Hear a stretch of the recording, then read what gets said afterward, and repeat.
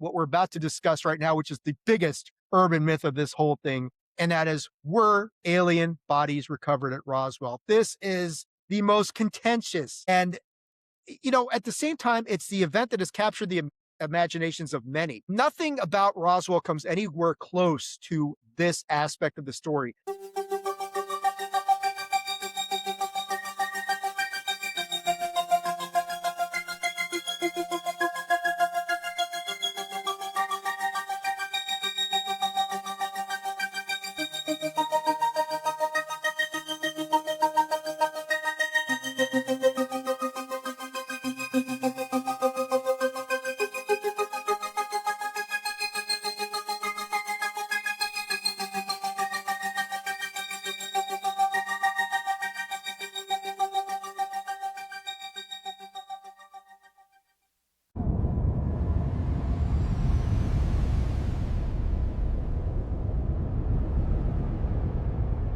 Hey guys, Dave here. I want to thank you guys for tuning in to this very special edition of Unidentified History covering the Roswell event. I wanted to add something here at the beginning of this event that I felt needed to be clarified.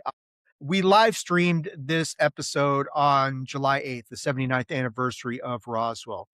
And as you go along and you watch this episode or listen to it, whatever the case may be, there's some weird stuff that happened, and I need to explain that because it kind of throws the flow of the episode off a little bit. And maybe when you watch this or listen to it, it'd be like, this feels off, like I'm missing something. You're not missing anything.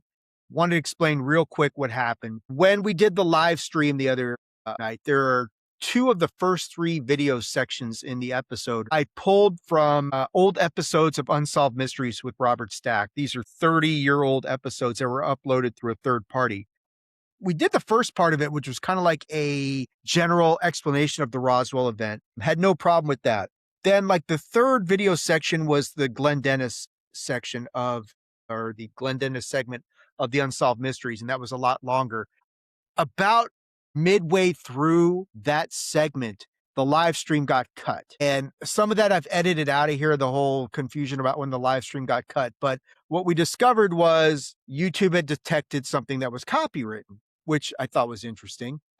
And when they do that, they will terminate the live stream and then they will re-enable it once they're no longer detecting that there's anything copywritten. So it was an odd circumstance, especially because the first part of the segment, which came from the same video, went through without a hitch. After the episode and the live stream was done, I got the notification from YouTube that explained exactly what had happened. I went in there and looked at the actual copyright details. And I don't know who owns the copyright it says it on there, but I'm not really going to get into that here. But the notification indicated something like the copyright holder doesn't allow this to be shown on YouTube. And I'm like, really? Then why the fuck am I watching it on YouTube in the first place? But I think it's fair use. I don't have the strength or the time or the patience to fight that. So what I did was I cut those parts out. The live stream went back up the other day, and I've added in a couple of segments. One of them is a segment just kind of like a basic overview of the Roswell event from a Peter Jennings ABC documentary that I think came out in 2005. Hopefully that'll go off without a hitch. And then the other segment that got cut is a much shorter interview with Glenn Dennis that I got off of UFOevidence.com, that sort of thing. So if you're listening or watching and you say, I feel like I'm missing something there, you're not. We just had to make an adjustment to the episode to get it out there. And I wanted to explain that here right off the bat. Also, I did realize as I was going through the episode and editing it, I'd never mentioned that it was really Stanton Friedman who got Jesse Marcel, excuse me, to be the one to really start talking about this event. I know Stanton's mentioned in the episode, and the last video clip has some cool stuff with Stanton in it as well. But I forgot as I going through this, I really didn't mention that Stanton was the one who really got Jesse Marcel talking about all this stuff. So with that being said, I'm not going to stay here any longer, guys. I know there was a fourth UFO file drop yesterday. We'll get to that later on, but I'm going to cut out of here so you can get to the actual episode. I really hope you enjoy this. A lot of work went into this Roswell episode, probably double the amount of work and research and things that went into the Kenneth Arnold episode. Hope you guys enjoy it. Hope that helps explain a few things. I'll catch you real soon. Here is the Roswell episode. Good afternoon, everybody. Good evening, I guess, in some places. You know what? Even good morning to some people out there. I'm sure that it's got to be morning somewhere. It's 5 o'clock somewhere, right? Welcome into this very special edition of Unidentified History here on the 79th anniversary of the Roswell event. Mike's in here. Okay, we got a couple of people already just waiting to jump in here, man. Mike's in here, our good friend Mike, and we've got also we got Nick's in here as well, Longhorn, who Tony, you remember him from the one episode we did not too long ago. So we got people. Yeah. Nick actually got one of the advanced copy on the Roswell document that I did. So I know, Tony. He's part of the inner circle now, that sort of thing. But yeah, welcome into this edition of Unidentified History. This is a special one. It is the 79th anniversary of the Roswell event, not necessarily the crash, but as we will talk about here tonight, the announcement of what happened at Roswell, the Air Force announcement that a flying saucer had been captured on a ranch in Roswell, New Mexico. On this episode, we're going to break down all sorts of stuff with the Roswell event. There's going to be lots of video, lots, the historical document that'll go up. I will tell you guys right now, when it goes up on when the episode officially comes out, it's like 25 pages long. I did a lot of work on this one, and I know, Tony, you put me over all the time on these things, and I really went out of the way to do as much research as I could on this. I'm not GERB, but this is pretty good. So that sort of thing. You know, go ahead, Ben. You wanted to say no. Let me start off by doing this before we get into the minutia of Roswell and like really start digging deep into this thing. Tony, let me go to you first, and I got to tell everybody tonight that Tony may not be here for the whole episode. He's he's we'll see how it goes, but he's been real busy, and I know he's tired, and I don't blame him at all. That sort of thing. So I really appreciate you coming in here for that little bit of time you can be here. I can give full disclosure. I just started a new job and it was 90 plus degrees today and I was on the road. So long day, early mornings, but I couldn't pass up the opportunity to be here. We'd been talking about this episode for a while and Dave's been wanting to do something really special. So yeah, when this masterpiece of podcasting masterclass comes out, I mean like I didn't have a long time to look through it, but I'm sure it's as beautiful as every other one is. And yeah, like it's not me putting you over. It's just me telling the truth on the way you prepare us for these kind of things and the diligence that you do is extremely honorable. Well, I really appreciate that, sir, and thank you very much. And yeah, at least somebody's doing full disclosure here today and I appreciate that, buddy. That's you. That is you. Full disclosure. Yeah, man. You like that?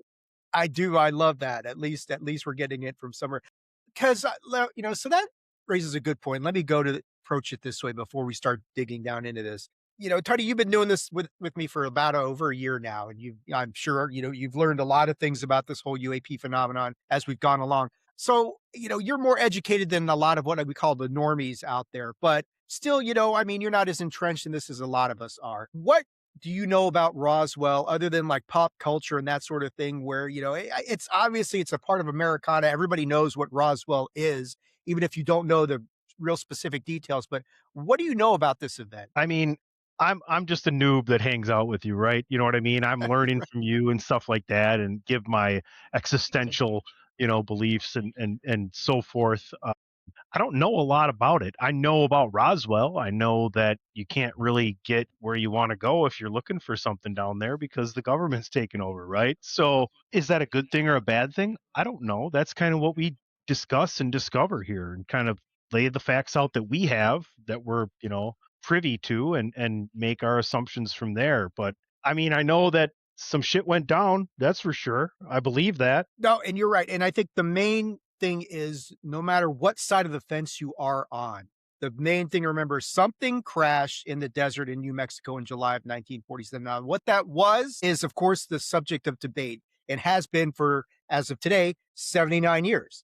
You get into a lot of the different areas of things like were alien bodies actually found? Were there multiple crash sites? Was there an airborne explosion? Was it all a top secret weather balloon that the government had out there? Is this only one event going on, or is there more to this whole thing? And that's what we're going to dig in here on this episode. And I would preface this that anybody who watched or listened to, if you just got the audio version, but anybody who came in here and watched our Kenneth Arnold episode, which was probably the best episode we've done so far, this is, I don't know if Nick qualifies as a noob, but if he wants to call himself that, that's right. But I would say, like, when we did the Kenneth Arnold episode, we had said, like, this was like the summer of 1947, and it was kind of broken into two parts. And Kenneth Arnold was part one, where we touched on Kenneth Arnold, United Airlines Flight 105, and we touched on Maury Island, which don't necessarily flow chronologically. This is really part two of this. And Roswell, a lot of people take it and say it's just one isolated event, but it's really not. It is that isolated event, but there's all sorts of stuff going on during this period from like June 24th, or as we'll talk about in this episode, possibly even earlier in June, going up through at least July 8th, 9th, 1947. So these two episodes bookended with each other. And I want to let everybody know, and Tunney, you know this, I did get my wife's express permission to bump the Roswell episode ahead of the Antarctica episode. So there you go. You know, Hashtag Mrs. Attitude approves. That's right. This is a Mrs. Attitude approved episode. We will be getting back to the Antarctica episode because I've learned a lot more about Antarctica since that whole topic conversation came up. But, you know, jumping into this thing, let's kind of approach it. You know, Roswell, it is just one word. It is the name of the city in New Mexico. It's the name of the city in New Mexico up until 1947. It's an interesting mix of agriculture and military at this point in time. What's significant to note about Roswell right off the bat is that it is the home at this point in time of the world's only atomic bomb unit, the 509th Bomb Group. They called Roswell home. There's about 26,000 people living in Roswell in 1947. It's pretty, like you're saying, Teddy, it's just like this nondescript town in the New Mexico desert. It is becoming a hub because of the development of the atom bomb 140 miles to the west of it. But then, you know, as we tie into the whole Kenneth Arnold situation and that sort of thing, in the first couple of weeks of July 1947, kind of everything changes. And I think what I want to do at this point in time is let's go and just talk about, like, I'm going to pull this one video up here. And there's going to be a lot of videos. You guys know that I like to tie in a lot of the videos as I go along. But this is kind of like the one I'm going to play first off here.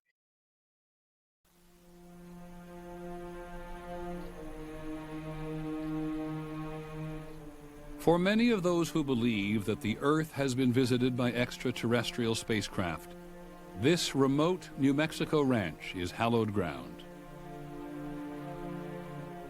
The story goes that it was here in the summer of 1947 that one of the greatest discoveries in human history was made. The holy grail of ufology, concrete evidence proving the existence of alien life. Major Jesse Marcel, the intelligence officer at the Army Air Base in Roswell, receives a telephone call. The call is to go to the ranch of Mac Brazel and investigate some material that Brazel has found on his land. Marcel goes to the ranch and brings back a load of debris. And this stuff was extraordinary. Jesse Marcel was absolutely convinced what he found was extraterrestrial, that the debris was nothing of this earth. Marcel loaded up his car with the strange wreckage and drove the 75 miles to Roswell. He stopped at his home to show his wife and 11-year-old son Jesse Jr. what he had found. Walked my mother and myself up saying, I want you to look at this. I mean, I can remember it just like it happened yesterday, the type of material that was there. The most curious part of the debris that I saw were the I-beams, the structural members with pinkish violet writing along the inside surface. It's more like geometric symbols. It was very impressive. When you see something that impressive, even as an 11-year-old, it stays with you. Jesse Marcel Sr. took the debris to the Army Air Force Base at Roswell early in the morning of July the 8th. And by noon, the base commander, Colonel William Blanchard, authorized a press release proclaiming that what Marcel had found was the remains of a flying saucer.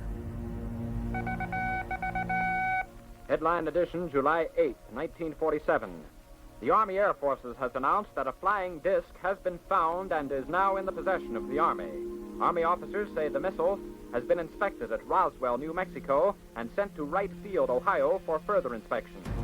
Russia has demanded... There was tremendous public excitement. I mean, the newspaper archives from that time, it was just all over the place. I mean, it was national news. It was a big deal. And people were very excited and very, frightened and everything else. For one moment in history, Roswell, New Mexico could claim to be the only place on Earth where evidence existed that this planet was being visited by alien spacecraft. It was a short moment. The next day, there is a press conference organized by General Roger Ramey. And Roger Ramey says, "We did not recover a flying saucer. This is no flying disc. What we recovered was a weather balloon." The papers reported General Ramey empties Roswell's saucer. The Army Air Force reduced Marcel's discovery to nothing more than a harmless, high-altitude weather balloon. The public accepted it. This was immediately in the wake of World War II, and I think most people basically trusted the government. And so, they had no doubt that this was genuine, and this was true of the press as well. There was very little skepticism about it, and it just kind of went away. So there's the general gist of what happened at Roswell, right? And it's a story that a lot of us have heard before. Although today's the anniversary of the announcement, the actual date of the crash is presumed to be July 2nd, 1947. And most people think it happened during like a lightning storm. On July 8th, 1947, we get some information when this whole event gets recorded. We get some witness statements that kind of tie into this whole thing and the whole notion of July 2nd, 1947. So the first witness statements we got are from a Mr. and Mrs. Dan Wilmot, who claimed that on July 2nd, they're sitting on their porch about 9:50 p.m. the previous Wednesday night, which would put it at July 2nd. They saw a large glowing object come from the southeast, move towards the northwest, disappeared over the treetops. The report says it was visible for roughly 40 or 50 seconds, appeared oval or like two inverted saucers, which, of course, Tunney, that sounds a lot like what Kenneth Arnold was saying, seemed to glow from within, made little or no sound. Mrs. Wilmot, though, she kind of reported that she reportedly heard a swishing sound. Now, the reason this witness sighting is important is because it's contemporaneous. This is being reported in real time as it's happening in 1947. This isn't stuff that was reported many years later, like in the 80s or the 90s or the 1970s. So it appears in the same newspaper where they announce that the Army had recovered a flying saucer. The same article kind of indicates that the Wilmots were apparently the only people in Roswell who saw what they believe was a flying disc, which runs counter to the idea of widespread documented local sightings in Roswell itself. Roswell is a site and a scene of many urban legends, and some of them are more credible than others. One of them is that bunch of radar sightings, a bunch of people sighting things all over town. Not really, that sort of thing. The Wilmots, but what is a cool aspect of what they say is that they're watching this thing travel from southeast to northwest. So that's consistent with an object kind of crossing the Roswell area and heading towards the ranch out where the debris field was found.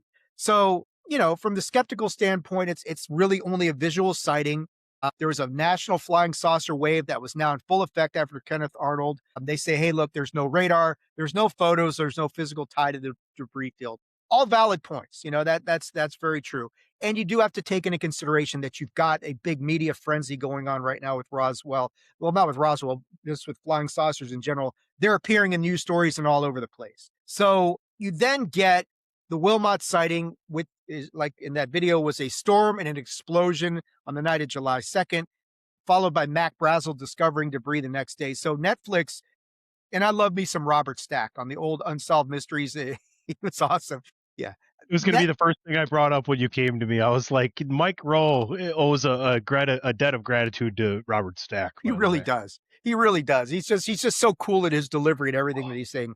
But Netflix, on Unsolved Mysteries, they kind of resurrected the whole Unsolved Mysteries thing, and they ran it for 5 seasons. And the last season was only like 4 episodes. But the very last episode of Volume 5 was Roswell. And in that episode, they've got Don Schmidt and Kevin Randall. Now, Don Schmidt and Kevin Randall you're going to see them in other videos later on. And yeah, Mike said, I remember watching that episode at my grandparents' house. I think I remember seeing it in various places.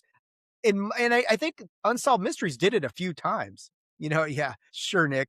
I'll take the compliment, baby. I will take it, Nick. If you want to call me Gerb, I will go with that, because that is definitely a compliment. But the thing was, like, when they got, like, when Netflix covered this, Don Schmidt and Kevin Randall's written several books on the whole Roswell incident. And there's other guys who've written some really good books as well, but Kevin Randall's done a lot of research on this thing. Their version of events is that ranchers outside of Roswell recorded hearing something like an explosion during a severe lightning storm on July 2nd. And that's when Mac Brazel finds unusual debris the following day. Now, it's another critical part of the witness-based chronology, but it's arguably not as contemporaneous as what the Wilmots were reporting with the sighting. The conservative record is that Brazel contacted the sheriff on July 7th after finding debris some days earlier, and the July 8th press release itself said the object had landed on a ranch sometime last week. So there we go. You could pretty much pinpoint it down to July 2nd seems like the most likely date that this crash or whatever it was happened. There's another recurring claim involving William Woody and his father. They say they saw a bright fireball-like object descending outside of Roswell and later tried to drive north to investigate, only to encounter military roadblocks, which, okay, that sounds good. There are skeptic researchers. Tom Printy argued that Woody's account sounds like a bright meteor, possibly. The date was not securely recorded at the time. Later authors have pushed the interpretation farther than the testimony supports. We'll get into that in a little bit. And again, we go back to the whole thing that you got to look at what's happening in the media. Flying saucers are all over the place. Everything's Kenneth Arnold, even though, as we noted, Tunney, in the Kenneth Arnold episode, he never says flying saucer. But the media runs with that, and they create flying saucers. And the next thing you know, flying saucers are appearing in Colorado, in California, in Connecticut. They're all over the place. It's all over the national media. So the skeptics have a really good point on this front in saying that, hey, this was all sensationalized. Everybody was looking for flying saucers everywhere. And you guys just caught this and went with it. Maybe. But one thing I keep going back to as this episode rolls along, Roswell is predominantly a town made up of military people at this point in time. They're not exactly known for fantastical, stories and making up things and going crazy with the whole idea of like, it's got to be flying saucers. They're much more grounded. These are military people who just come out of World War. I mean, we're talking 2 years after the end of World War II. So in my mind, it's like, well, some people, yeah, but I don't understand why a town full of people who were raised by military personnel would just go in the direction of making this up, or maybe they did misinterpret things. That's possible as well. But, Mike's got a good one. My starting point is, do UFOs crash? And if they crash, are they toxic like Rendlesham because this guy brought it home to touch? Rendlesham's its own rabbit hole, that's for sure. But go ahead, Tunney, you wanted to jump in there. Oh, Mike, I'm just asking the hard-hitting questions there, Yeah. I mean, and of course, and we're going to get into some of that as we go along and we start tying in some of these other events in here. I did mention the whole notion of objects being tracked on radar in the days leading up to the Roswell crash. Now, we've got a version involving somebody by the name of Frank Kaufman, and he was originally hidden behind the pseudonym Steve McKenzie. Now, Kaufman had originally reported that radar operators at White Sands, Roswell, Albuquerque, and other sites supposedly tracked an unidentified object over southern New Mexico beginning around July the 1st, 1947. There is a NICAP page reproducing the Randall Schmidt version stating that military radar operators tracked an unidentified object over southern New Mexico, first appearing near White Sands, and that Kaufman gets ordered to monitor the movements. However, this claim has some serious problems because Randall would later acknowledge in his documentaries that CUFOS, which is a civilian UFO group, published Frank Kaufman Exposed, which is important because it came from the UFO research community and not from the Air Force, unlike so many other things that we'll talk about. The article stated that Kaufman claimed the radar watch was established at White Sands and that on July 4th, the radar return appeared to explode, with debris falling to the ground. But the same article notes that no one could confirm that Roswell even had radar capability in July 1947, that documentation for a mobile radar deployment had not surfaced, and that later examination of Kaufman's documents led investigators to conclude they had no confidence in his testimony and could discard it. So Kaufman's credibility getting pummeled was a big blow to those claiming Roswell was an extraterrestrial event. So this is one of the big things in this whole Roswell sort of scenario. It's one of the big driving points is that there is this huge divide between the believers and skeptics. And this is like, and we've talked about it, on our other historical episodes, Sonny, the whole legit or bullshit aspect of this, right? And this one's really going to be tough at the end because both sides have really powerful pieces of, and I know, some of the real people out there who get all hung up on the term evidence, whatever. But there's a lot of people and both sides have some really strong evidence that they can point to and say, this supports my version. Or the other side can say, well, this supports my version. And the weird thing is they're both probably right in this situation. And it's just a question of, what do you think happened? Which of course is one of the purposes of unidentified history. But let me go to you before we start getting into some of the more recognized versions of events, man. What are you feeling so far about this? I just want to go back to Mike's comment, and like I think Sure. we're watching Life Larry and the Pursuit of Unhappiness, right?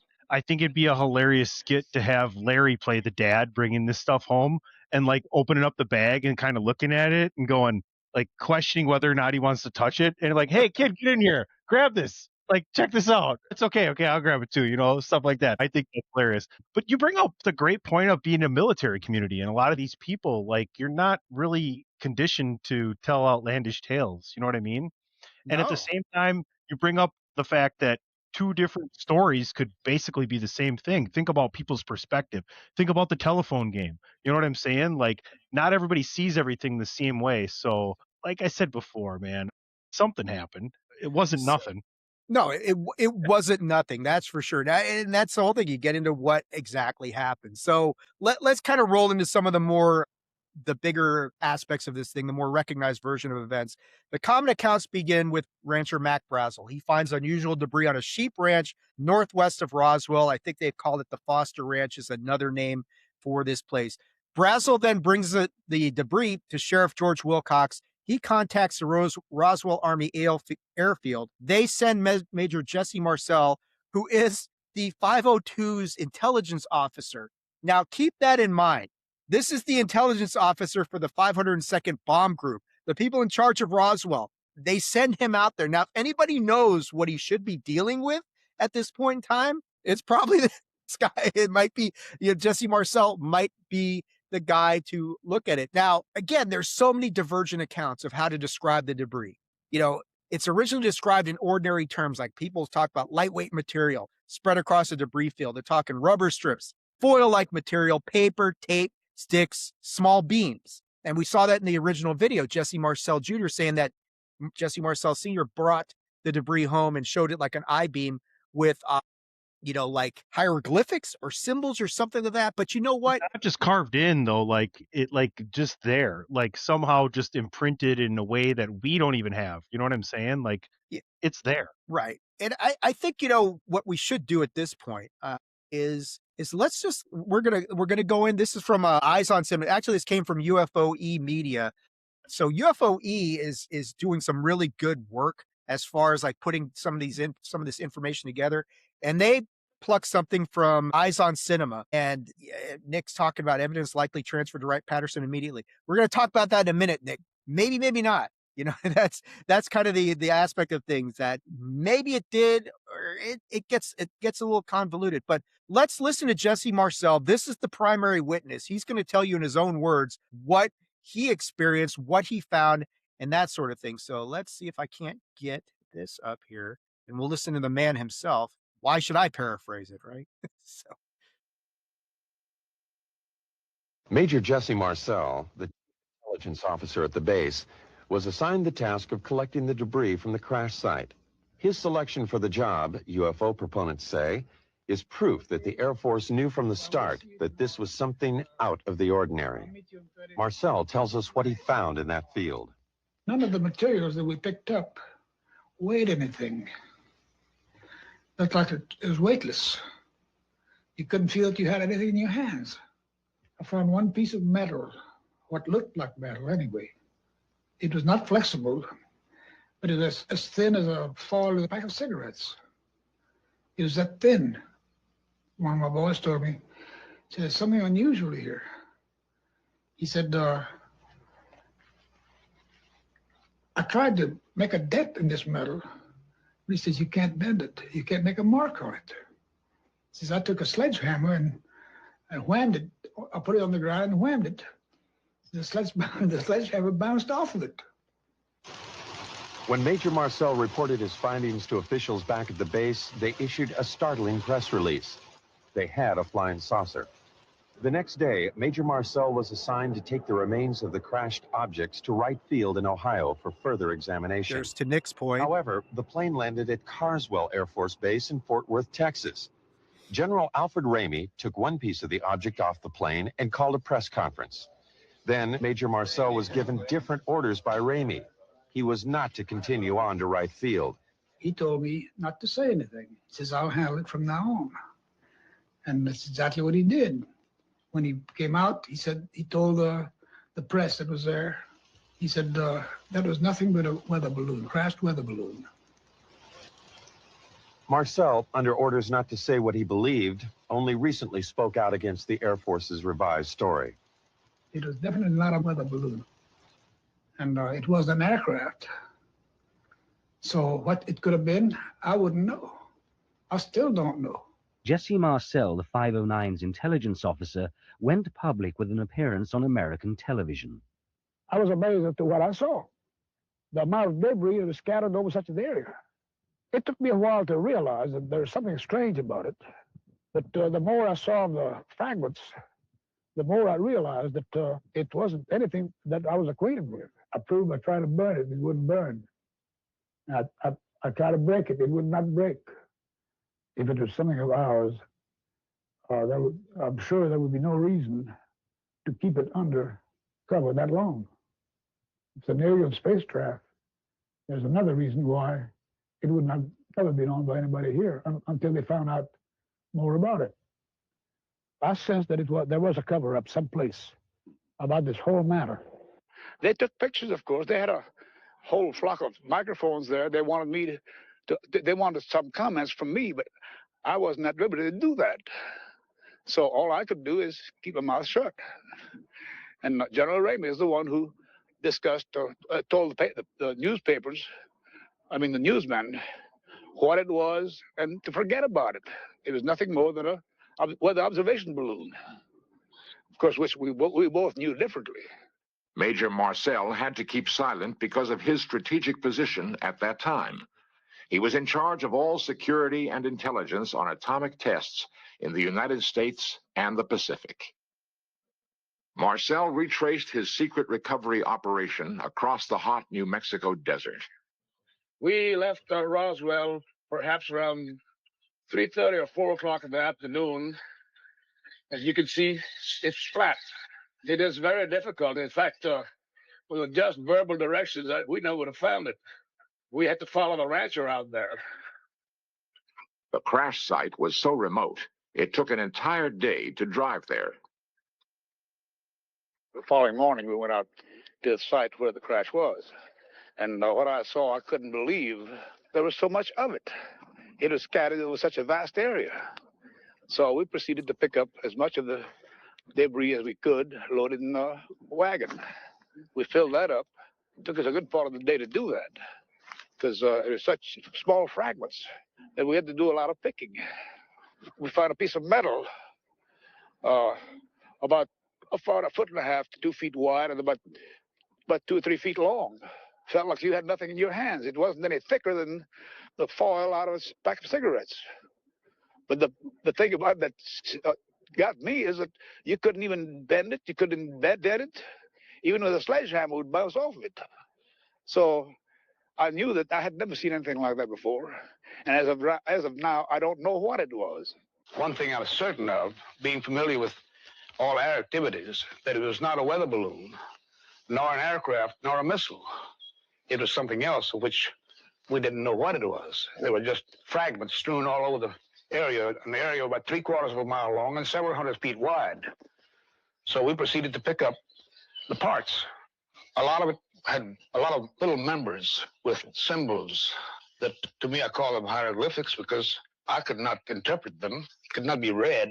They were just like symbols of something that meant something. These little members could not be broken, could not be burned. I even tried to burn that. It would not burn. See, that stuff weighs nothing. It's not any thicker than tinfoil in a pack of cigarettes. He says, I tried to bend this stuff. He says, it will not bend. He says, we did all we could to bend it. It would not bend. He says, we even tried making a dent in it with a 16-pound sledgehammer.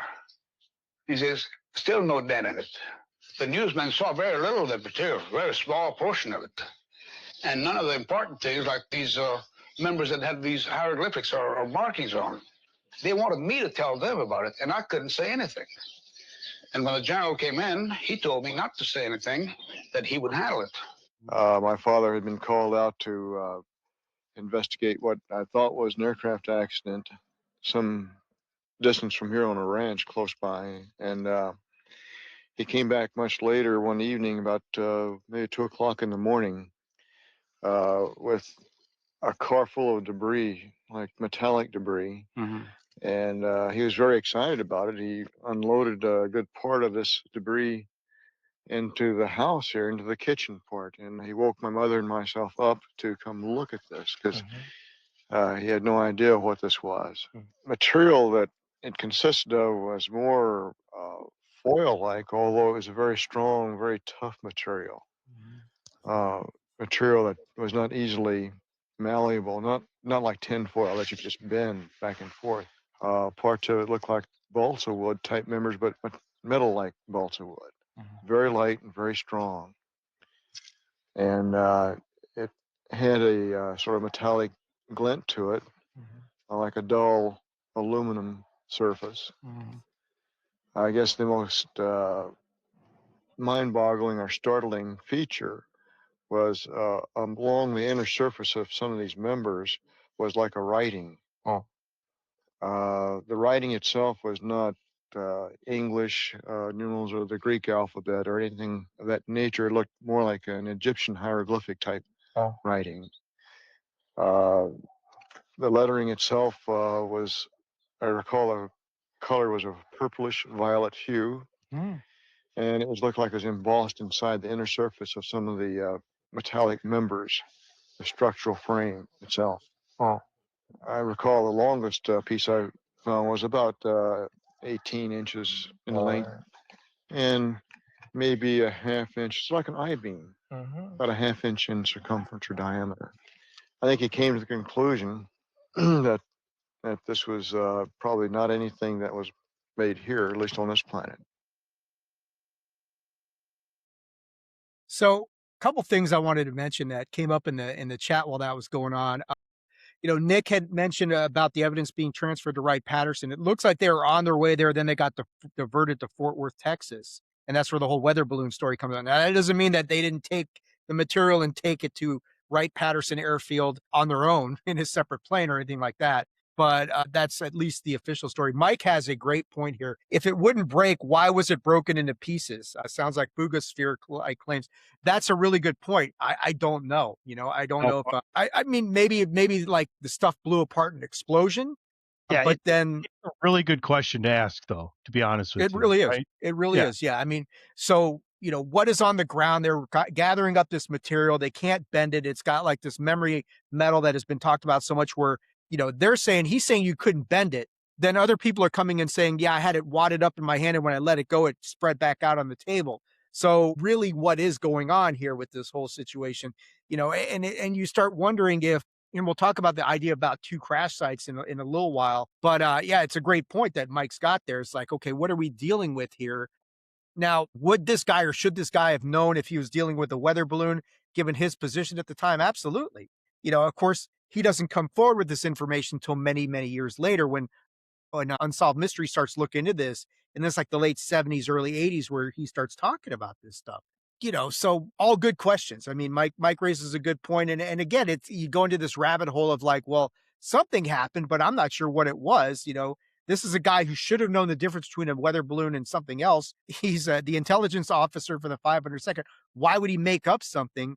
Is there more going on here than meets the eye, which is probably evident at this point in time that there's some other stuff happening. But, I think the small beams with the hieroglyphics and all that kind of stuff, that's kind of interesting. Why would a weather balloon have hieroglyphics on it? That sort of thing.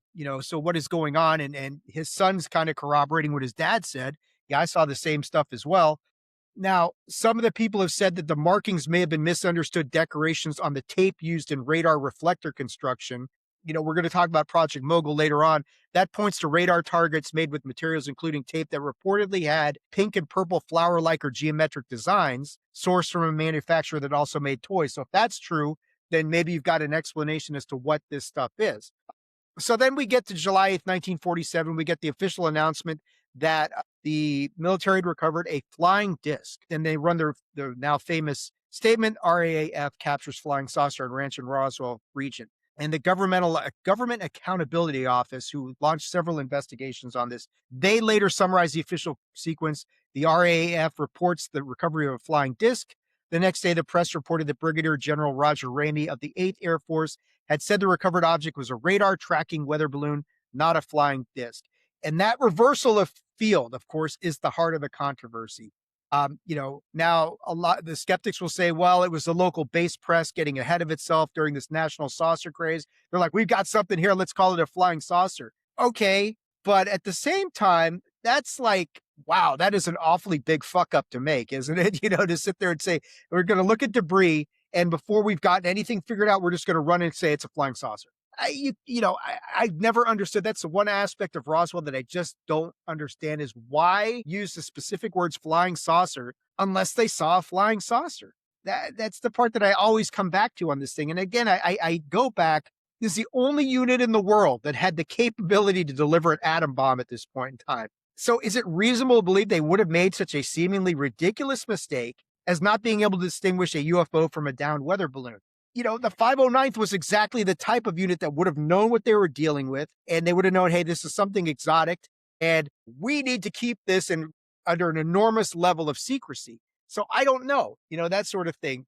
I'll go to you, Tunney. What do you think about that? That's again, this is so many of these layers on this event that you just get into, and you're like, hey, what the fuck is really going on here? I think it's important to know that as much as we know about history, we don't really know exactly how the times were back this is 80 years ago, guys, literally. Like, you may not think it, like, it's hilarious. I think about years in the past and I go, oh my goodness, I'm this old now, and Dave knows exactly what I'm talking about because I'm younger than Dave, and he laughs at me because I'm like approaching that kind of part of my life. Kids, man. Yeah. I'll tell you something that kind of stuck out to me while listening to these interviews was the father and son almost seem conditioned to hit the same points over and over again. I'm not saying they're lying. I'm not saying it's propagated bullshit, but I'm just saying it's a little weird that the story is so general and they both consistently hit the same points. That kind of struck me a little bit. Like, as someone who I feel like I can pick up on bullshit, but I don't have ESPN. I do have ESPN, but I don't have ESP or anything, but I mean, it's just that kind of caught me a little bit. But at the same time, we're talking about a lot of shit going on here.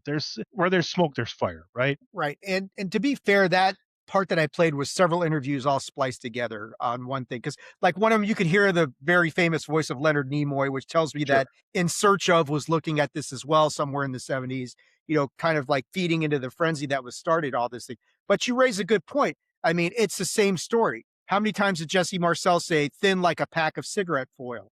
Heard that like 3 times. You couldn't bake it, couldn't bend it, couldn't break it, hit it with a sledgehammer, nothing. Heard that several times. So there's something to be said for consistency in testimony, for sure. There's also something to say, well, that does feel a little bit canned and a little bit planned. Now, the son, not as much as the dad, but, you get to see a lot more with Jesse Marcel Sr. As this goes on, we know that, like we're talking about, they take the debris, ends up going to Fort Worth, Texas. Ramey displays the debris to reporters. The famous pictures are taken. It's balloon. It's a weather balloon, that sort of thing. When the GAO reviews this in 1995, they find that a July 1947 history report by the 509th Bomb Group stated that the flying disc, air quoting, flying disc in the 509's possession turned out to be a radar tracking balloon. And it also found an FBI teletype from July 8, 1947, stating that the military had reported recovering an object resembling a high-altitude weather balloon with a radar reflector. And that's one of the strongest points for the skeptics, right? You've got the surviving contemporaneous records pointing toward balloon radar reflector debris, not a UFO. There's no mention of alien bodies, that sort of thing. But the believers, they say, look, the military first said flying disc, quickly reversed itself, The object was recovered by a significant military unit. That's very true. And then, like we're talking about the contemporaneous records, and Tunney, you're going to recognize this going, remember in the Battle of Los Angeles episode, the very first thing we did, the original negatives of that famous photograph just vanished. Nobody knows what happened to them. Yeah, exactly. You have the same issue here at Roswell. Some records later turned out to be missing or destroyed. And of course, Jesse Marcel would later say the weather balloon explanation was simply not true. And Marcel is the key to this whole thing. And like you're saying, I think we've got to look at him. He is the flashpoint of this whole thing because this story lives or dies with his credibility. Because after the whole weather balloon explanation, his story goes pretty much quiet until the late 1970s when Marcel, people ask, well, why do you wait so long? It's in the late 70s, he speaks with UFO researchers and he says the material was not a weather balloon and the official explanation had been a cover story. So Time magazine, when they did a big episode, or not episode, issue about this. They summarized the modern revival this way. The Air Force's later investigation disclosed a classified balloon tracking project, which is Project Mogul, which we'll talk about that. But some figures, including a gentleman by the name of Walter Hott, there's interviews with him, they continue to believe the event involved an alien landing. And like I said, we have the issue of records just gone, vanishing, records missing. The GAO found that some of the Roswell Army Airfield administrative records, and this is kind of weird because it goes back before Roswell. So this goes back before the end of the war. Records from March of 1945 through December of 1949 and outgoing messages from October of 1946 through December of 1949 had been destroyed. And the document disposition form did not show who destroyed them, when, or under what authority. Now, is this just another example of some messy mid-century records keeping act? They're not as meticulous as we are nowadays when we just upload everything to the cloud. But if you're doubting the Air Force's version of events, this is kind of the record gap that you would expect to see in a cover-up, right? I mean, you gotta look at that and say, okay, something's not right here, right? I'm not a crook. Yeah. Someone snuck in somewhere with flashlights and grabbed some files, and it had to be a lot easier back then. There was no data tables and, internet. And well, I mean, unless you think Al Gore is, 500 years old and invented the internet, Might have been. sorry, everybody. But yeah, I mean, it's a lot easier to do that kind of shit way 80 years ago, right? Yeah, I mean, there's really one record. I mean, maybe you've got some copies of it that you were created, but it's not like now you just plug it into a machine and here's like 55 copies of this whole thing. So yeah, you're right. It is much easier to make records, negatives, photos, data vanish in 1947 than it would be today. Right. There's a camera on every corner in everyone's pocket right now, right? Right. They always say the winners write the history. Well, the power writes the history, right? So it's a lot easier to write the history 80 years ago. Right. But when I read this, when I did the research, I said, man, this sounds a lot like the Battle of Los Angeles, where everybody's looking for the negative of the iconic photo. Nobody can find it, that sort of thing. Yeah. So and we're what, 5 years apart, right? I mean, it seems like we've done a lot of work on unidentified history, but we're really just 5 years apart at this point in time. But it's almost just the beginning of everything, right? I mean, we talk about, post like World War II and the hits, and like we talk about like bigger things on a universal barometer, right? And if you're working on certain things in Roswell, they're going to hit that barometer and they're going to be interested in what's going on, right? Right. So Mike's asking, so they found Project Mogul records from nothing for the UFO. Not exactly. They found records that were contemporaneous to a weather balloon and something involving radar reflectors and that sort of thing. And that's the FBI's teletype. But yeah, you're right, Mike. They didn't find any records specifically mentioning a UFO. Possibly there's something that we're going to talk about later on that may dabble in that. But yeah, there's nothing specific to that sort of description of things, nothing about alien craft or bodies and that sort of thing.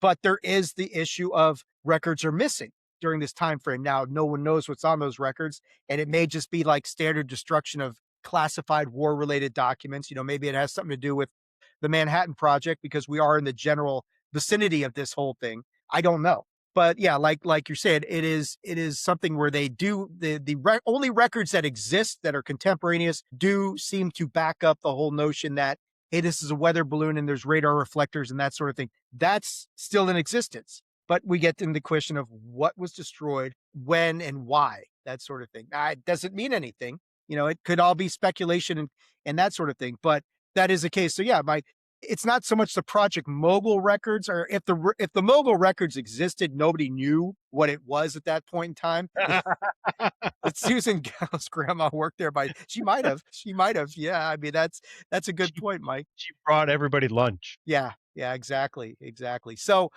let's keep moving on here and talk about what Nick had been talking about, the Wright-Patterson airfield rumors, because this is where Roswell shifts from this whole notion of a New Mexico debris recovery into, hey, where did this stuff go? Sort of crash retrieval narrative. If the crash retrieval program was born here, then this becomes relevant. So with Wright-Patterson, it fits into this thing in three ways. There's one way that's documented, one is kind of institutional, and then the other one is very highly disputed.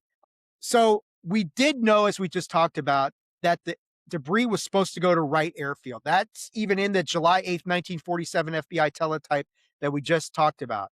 And they said the FBI message said they recovered Roswell object was described to the FBI as a hexagonal shaped disc suspended from a large balloon by cable. Okay. So it's supposed to be going to Wright-Patterson. So no matter how skeptical anybody is about this, Wright Field, Wright-Patterson was called Wright Field back in this day. It's not some random later addition. It appears in a contemporaneous 1947 government message as a likely destination for technical examination of the recovered material. So as Nick said, this stuff was supposed to go to Wright Field. There's no dispute about that. So the conspiracy theorists who say, oh, this is a conspiracy theory, Wright-Patterson airfield, blah, blah, blah. No, man, it was supposed to go to Wright Field. Even the official narrative of this thing admits it was supposed to go to Wright Field. They make the diversion to Fort Worth, Texas. Now, Wright Field at this point in time, you got to remember, this is the Army Air Force's major technical intelligence and material analysis center. We already know the Air Force's own Roswell report notes Wright Field housed the T2, later known as Air Technical Intelligence Center. It's part of the Air Material Command Structure. This is exactly the place where unusual aircraft parts, foreign technology, exotic material, mysterious debris, they're going to send it here. This is where it would go. So that makes so much sense. And it's why Wright-Patterson became so important in the Roswell lore. If something exotic had been recovered, Wright Field would have made all the sense in the world. This is where you're going to send it.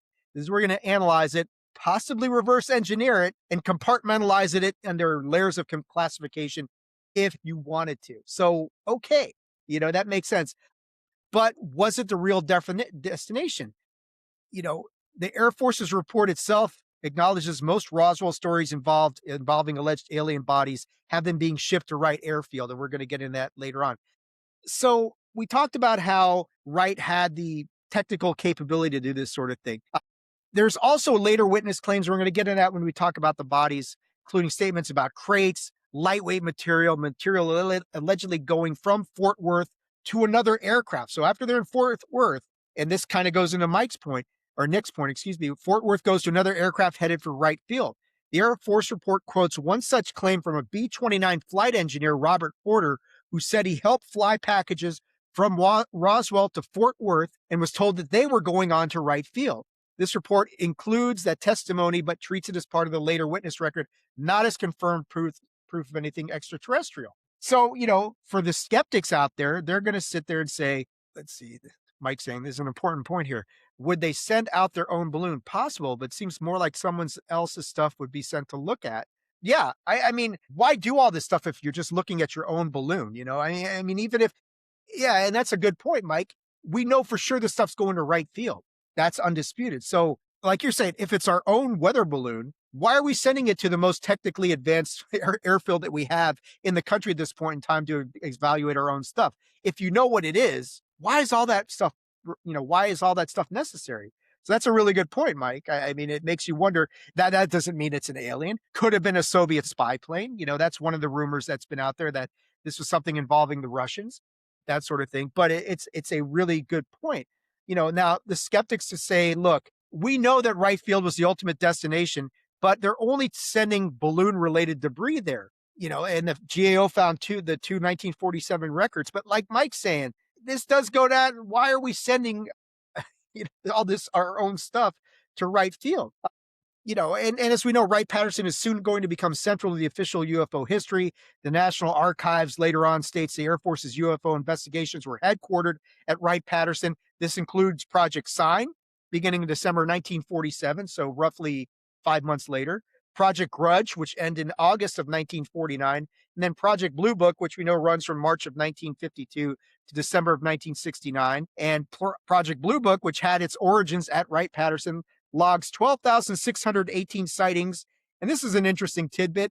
701 of them remain unidentified to this day, and that project was headquartered at Wright-Patterson. So what was taken from Roswell and eventually made its way to Wright-Patterson Airfield might forever be shrouded in mystery. Nobody knows, but Wright-Patterson and Roswell become inextricably linked forever due to this whole scenario and this whole crash retrieval aspect of things. What do you think, Tunney? I mean, we talked about, and again, I mean, and you're seeing a theme that's coming in this episode. I can tell already, you're seeing like, there's so much to this, and there's so many different ways to look at this, and there's so many good points, and like, and I like, Mike's kind of playing along with us, and he's going on both sides of the fence here. And that's what I'm trying to be as balanced. You guys know I'm a believer. That's no secret, but I'm trying to be as balanced in this research as I can because I want to be, because this event is that important. But what do you think of this? I mean, I think Mike raises a great point. Why are we sending our own stuff to all this circuitous route just to get it to Ohio? It just seems like the powers that be are divided. There's someone there that wants to know, and there's someone there that kind of knows and doesn't want anybody to know. You know what I mean? Like, hey, let's do this, and then someone else is like, no, we're going to do this, and just completely quash it out, right? Because if you can provide a meaning to something that quells everything, then you don't have to worry about it anymore. And that person is obviously trying to hide something. So something's trying to be hidden here is what I take away from it. Where there's inside the same organization, there's two sides. Right. And if it really was this top secret Mogul project, maybe they're trying to keep it under wraps so much that like, well, let's get it out of here. But the thing about Mogul we're going to talk about that's important is that Mogul's purpose was very classified. The whole object of trying to detect the Soviet nuclear or atomic bomb before, they wanted to know a second it was detonated. And that's what Mogul was all about. But Mogul's really made up of pretty ordinary material for weather balloons at the time. So there's nothing particularly special about its composition that would say, let's get this stuff out of here and send it from Texas to Ohio, that sort of thing. But you're right. It seems like something is being hidden here for some reason. And that I think is coming through it. No matter whatever side of the fence you're on, whether you think ETs or something more prosaic, they're hiding something, and they're hiding it for a specific reason. Now, what that reason is, that's the big question. So that's why we're here. That's exactly why we're here. Let's get into some of the more urban legends about this whole thing. One of the big ones that came about later on was there more than one crash site? And this is a big one because there's a lot of people who think there were multiple crash sites. And I think Linda Moulton Howe to discuss this later on in years after this all this stuff happened in like the early 80s or something like that. So the best known recovery location is not actually in Roswell. The debris is actually found on the Foster Brazel Ranch, which is northwest of Roswell, and it's much closer to Corona, New Mexico. And a lot of people will call Roswell, instead of calling it Roswell, they'll say the Corona crash. This is why. The Bureau of Land Management identifies an alleged UFO skip site near Corona and describes it as a place where some believe an object crashed in July 1947. Its directions place it about 78 miles from Roswell. Yeah, Mike's saying he went to Roswell and heard the same, drove way out until private property. Yeah, and maybe Mike can clue us in on this whole thing. I mean, it's 78 miles away from Roswell. All indications are this thing is out in the middle of, I've known some people have been able to get out there, and it's like way the hell out there. So like Mike saying, drive out there, you end up on private property. You go from BLM land where they don't care so much. And then you're next thing you know, it's like, where the hell am I? I've never been out there. I'd like to check it out. Time's summary of the original story is consistent with this. Mac Brazel found the material on a sheep ranch northwest of Roswell, and then that's where Jesse Marcel went out there to investigate. And, the big question is, are there two crash sites? Which raises some interesting quandaries. If there's two crash sites, did two things come down? Was it, as we'll discuss, was it a debris field and a crash site? The official answer for whether there's new crash sites, according to the official word, is no. Yeah, Mike saying, have four-wheel drive. Yeah, dude, I can imagine. It looks pretty rough out there, man. Yeah, I think like the Jesse Marcel video, you got desert tortoises running around out among debris field. That's pretty rough. But anyway, the official story centers on one debris recovery, which is later explained by the Air Force as Project Mogul. The Air Force's Roswell report says the Army Air Force has recovered debris from a balloon-borne research project named Mogul, and the later stuff about the bodies we'll talk about. However, a lot of the believers and the researchers in many of the Roswell accounts, they do describe more than one site. And usually the distinction is there's a debris field near the Corona Foster Ranch. This is where Mac Brazel found the scattered material. Then there's a separate impact or craft, possibly alien body site. This is described in later witness accounts as a place where a more intact craft and bodies were allegedly recovered. And this is, of course, where things start to get really messy.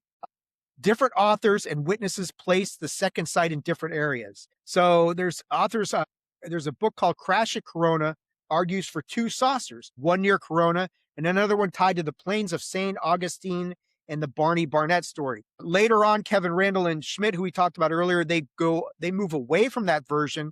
They introduce other alleged witnesses, including Frank Kaufman, which is a problem because we've already kind of discredited him, and Jim Ragsdale, who placed the craft and possible body recoveries elsewhere, including a site roughly north of Roswell. Time summarized these shifting claims as part of the later Roswell literature. So again, there's no clear-cut answer. Even those who feel there's a second crash site, they don't even agree on its location. But even if there is just one crash site, there is a subgenre of speculation and query to address. And this is the one that I've heard more often. Was the crash possibly, and this kind of may tie into what Mike was saying earlier and what we were talking about, was the crash a mid-air explosion in a resulting debris field, or did an object impact the ground? Because there's a big dispute over whether it's just a debris field or whether there was ever a gouge or a scar tied in the ground. And Mike and Nick will both remember this. Like last year, there was allegedly pictures from the National Archives that showed an alien body. And we're like, wait a second, they've never even established that there was an actual impact with the ground. There's all this dispute whether it was just a debris field or whether something actually impacted the ground. Now, the earliest versions of this say scattered debris, not a clear crater. The contemporaneous version centers on Mac Brazel finding scattered material on the Foster Ranch, northwest of Roswell, closer to Corona. The early descriptions, they talk about the common material that was found, rubber, foil-like material, sticks, tape, that sort of thing. Times 1997 retrospective describes the wreckage, and oh shit, hold on, Mrs. Attitude's in the house. There you go. So now the party started when my wife has shown up on the chat. So hey, babe. So there are times talking about, the stuff that was found, small, lightweight materials rather than engines, wrecked machinery, anything like a deep impact scar. This matters because a debris field is consistent with several possible scenarios: a balloon train breaking apart, such as Project Mogul, a fragile object coming down in pieces, and an airborne breakup, or damaged craft shedding material before a final impact elsewhere. Yeah, Mike St. Arrow says fake photos were used. Grush and others have seen photos of crashes and bodies. And as you mentioned in archives, no matter what, there's photos we need to see. The photos are there. But I agree with you, Mike. The stuff that we got from the National Archives was bullshit. And you could look at it and say, and hey, Mike's saying hi to you, babe, just so you know. So thank you, Mike. We've had a interesting week here. So that sort of thing. But yeah, thank you. But we've run into this issue of, okay, if there is a debris field, then it makes sense because, like you're saying, it could just be a balloon train breaking apart. There could be some other object that was coming down in pieces. A lot of people think it's something blew apart in midair. And it could have been a damaged craft shedding material before a final impact elsewhere. So the exploded in the air version is the one that's more commonly looked at. And it seems to be the much more prominent in the later Jesse Marcel Friedman era revival of the story, because Jesse Marcel's late 1970s, early 1980s testimony, which revives the whole Roswell thing. And I know we like to talk a lot of shit about the National Enquirer, but they actually got a decent article in 1980 on this whole thing. All that shit that they always posted, it seems like absolute nonsense. This one, they might have had a little bits of meat on the bone. They literally framed a whole thing around the idea that he picked up, and yeah, there you go. And Nick's also waving to you, Mrs. Attitude. So, my wife's the best part of this show, even if she's never on it. But the idea literally framed around the idea that Mac Brazel had picked up the wreckage from a UFO. It exploded over the United States and New Mexico, that sort of thing. Now, The late, great Stanton Friedman also argued that a flying saucer had exploded, which helped turn the scattered debris field into an airborne breakup narrative. So Stanton Friedman, who did as much research on this as anybody, is saying it's an airborne breakup, that sort of thing. Now, from the believer side of the fence, it solves a problem. It explains why Mac Brazel found many fragments over a wide area rather than a single saucer intact in a field. And it also kind of maybe explains a little bit of what Mike was pointing out earlier, that if they couldn't bend this stuff, then why are they finding it everywhere? Now, maybe it did explode apart. I don't know. But, if this stuff is so tough, can it withstand a sledgehammer? Yes. Can it withstand an internal explosion? Maybe not, that sort of thing. And maybe what they found was the remnants of that. I don't know. I'm just devil's advocate sort of thing. But this scenario follows for the two-stage sequence. It's an object damaged in flight, possibly struck by lightning. Debris rains down near Corona Foster Ranch. The main body of the crash then continues or crashes elsewhere. From asking at the UFO Museum, it seems like they thought it bounced before final resting place. Maybe. So there's the UFO Museum in Roswell. We're about to, kind of go in that direction, steer into that skid a little bit. So I think what Mike's talking about is this later event, the impact crater, the gouge version. This is more commonly associated with later Roswell lore, not so much what happened in the early days. Accounts that describe an actual craft hitting the ground, skipping or carving into the earth. And I think this is where Mike is going with this. This is where the UFO skip site language comes in. The Bureau of Land Management identifies the skip site near Corona. This version is obviously it's more dramatic. It is certainly more conducive to the whole crash retrieval narrative because it suggests a physical craft rather than just scattered lightweight debris. It also helps support the idea of multiple locations, one area where the main craft or bodies were allegedly recovered. But, and there's a good point by Nick, when you're looking for reasons why these things might have come down, lightning may be one thing, but they are still actively testing nukes out, or well, not nukes at this point. I mean, they're not quite hydrogen bombs yet, but they're still doing atom bomb testing out there. And we've all heard many, many stories at this point of nuclear testing that may have brought these things down. It's pinging the radar, like we've talked about, right? Yeah. We talked about from the early on the events we've moving forward. Like these things, they're gonna actually expand into the universe, and they're gonna hear them. Yeah. And they're coming to check it out, and they're saying, what's going on here in this place in New Mexico? Okay, they detonated an atom bomb. They're still fucking around with this stuff a little bit. Stuff explodes. They get too close. Electromagnetically, maybe they kind of wander off into the wrong place, that sort of thing. Yeah. Now, there's not a whole lot of evidence for this physical gouge thing.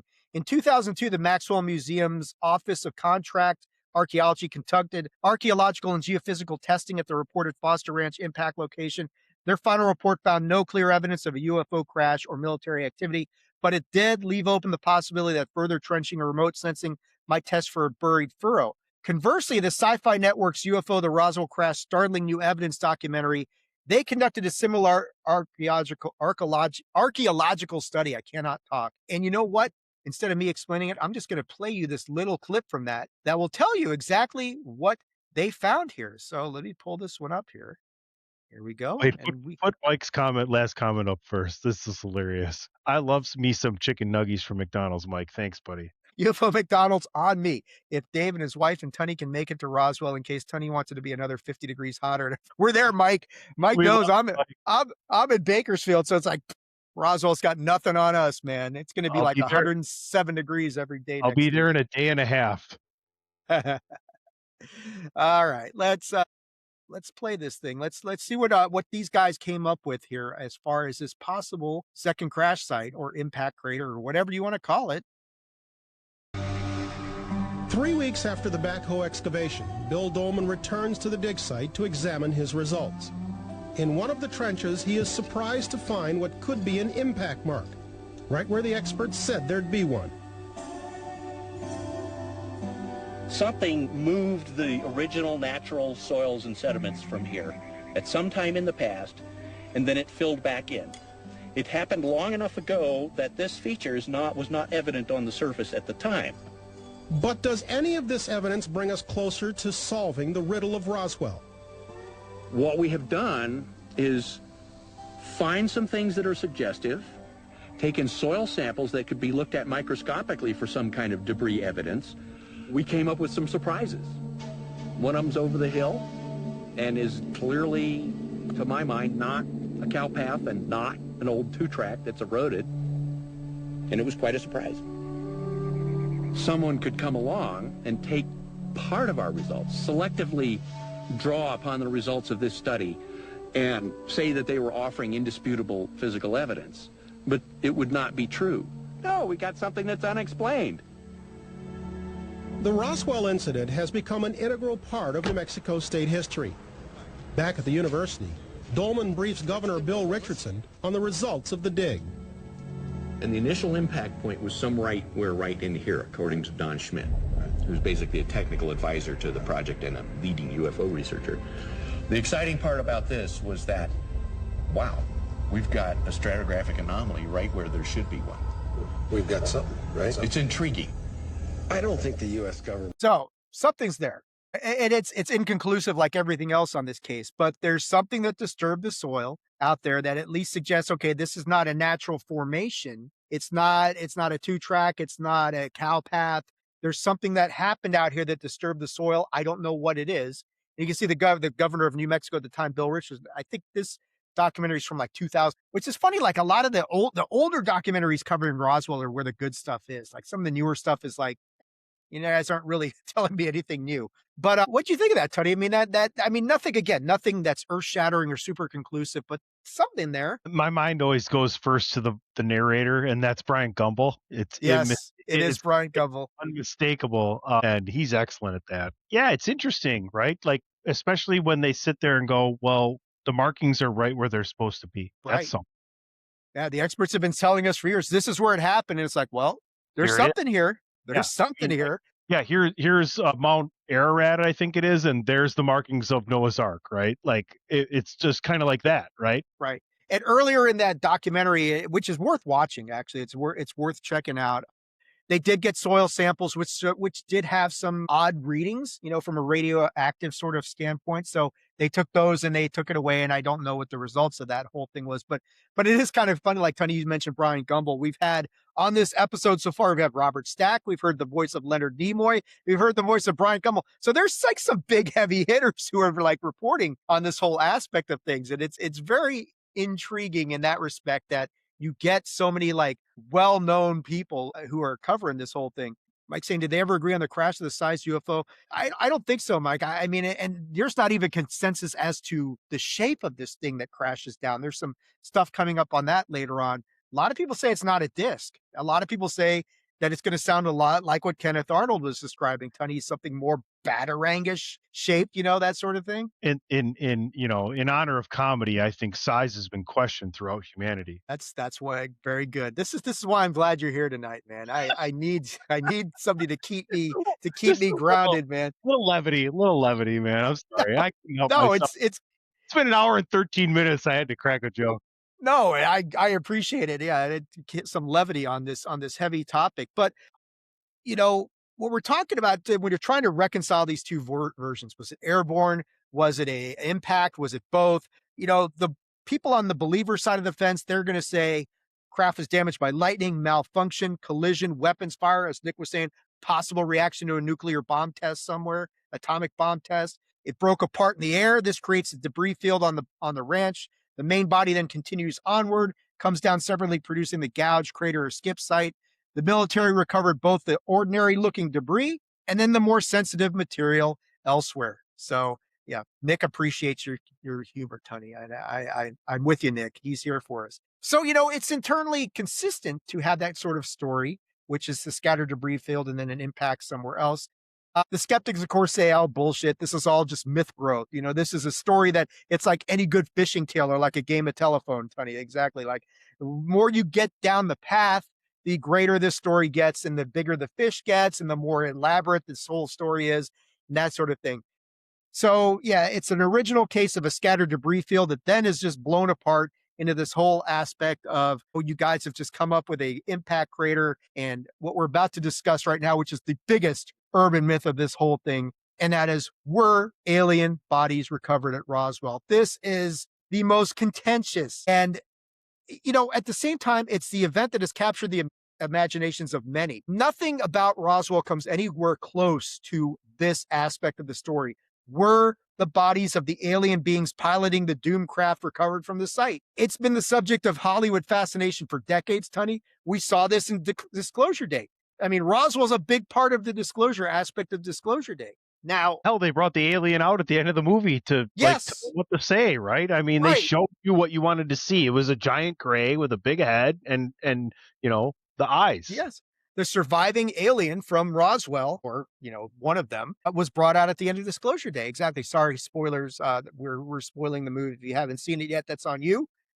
That sort of thing. So, now, the whole alien body aspect of this develops later. It's nowhere supported by the 1947 record. The Air Force's later case closed, and we're going to look at some of that later on. It argues that many body-related memories were likely conflations of later events, including high-altitude balloon test dummies, a 1956 KC-97 aircraft accident, and a 1959 manned balloon mishap. I've got the video of that. That is actually going to show the Air Force general explaining that. You can verify, you watch it for yourself and determine whether you think, you know, we're talking about watching people gauging body language. Is this credible or not? We'll show that later on. You can make up your own mind about that. Yeah, I prefer the whole alien than just biologics. I like them all in one piece too, Mike. Just saying, you know, I'm trying to be funny as well. I'm not as good at it as Tunney is, but look, so the 1997 case closed thing, there's basically saying that not that these were implanted or false memories, but that witnesses to the bodies, they were taking things that they'd seen later on, many years later, like 10, 15, 20 years later, and they were conflating that with this Roswell event, saying, this is what I saw. So they're taking memories that they had from a different event and bringing them, kind of like time compressing them into a different place. Okay, maybe, but in its 1997 follow-up report, the Air Force specifically argues that the activities were spread across the 50s, and this whole time compression memory issue comes up. Arrow does a report in 2024, which I know we talked about a little bit. They're stating similarly, the Air Force did not find any information indicating Roswell was a UFO event or that the U.S. government recovered aliens or extraterrestrial material. It also summarizes the Air Force position that the alleged alien bodies in New Mexico were test dummies, and that the hospital body stories likely conflated later accidents and balloon mishaps with the 1947 Roswell story. But the biggest problem with this rhetoric that I have, and this is always a major point of pushback, the realistic test dummies most often associated with the official explanation were not part of the July 1947 Roswell event. Now, the Air Force's timeline places these more advanced Sierra Sam and Alderson-type anthropomorphic dummies in the 1950s. And now maybe that contributes to some of the later confusion involving subsequent cases. But witnesses who are claiming we saw this in 1947, this does not help because these dummies weren't available yet. And you're going to see this guy gets questioned about this in the Project Mogul video aspect of things I've got later on. And he doesn't really have an explanation other than that these guys, they saw it later on and they were just, it's time compressing it. And they think that it happened at Roswell, but they really didn't happen at Roswell. And these are the dummies that they saw. Yeah, they weren't available till like 1953 is what he says, which is fine if that theory is correct. But what if they actually did see something in 1947? Then the whole dummy explanation falls apart. Because if you didn't have these things available in 1947, then what did they see? And even beyond that, Mogul was supposed to be an unmanned mission. So if they actually saw it, it's like, well, if it's an unmanned mission, why are we putting crash test dummies in an unmanned balloon? You know, Mike talks about stuff he's confused about. Now I'm confused. So it's like, for the first time, I'll take the other side, right? Like publicly known, available is big difference between government created time, right?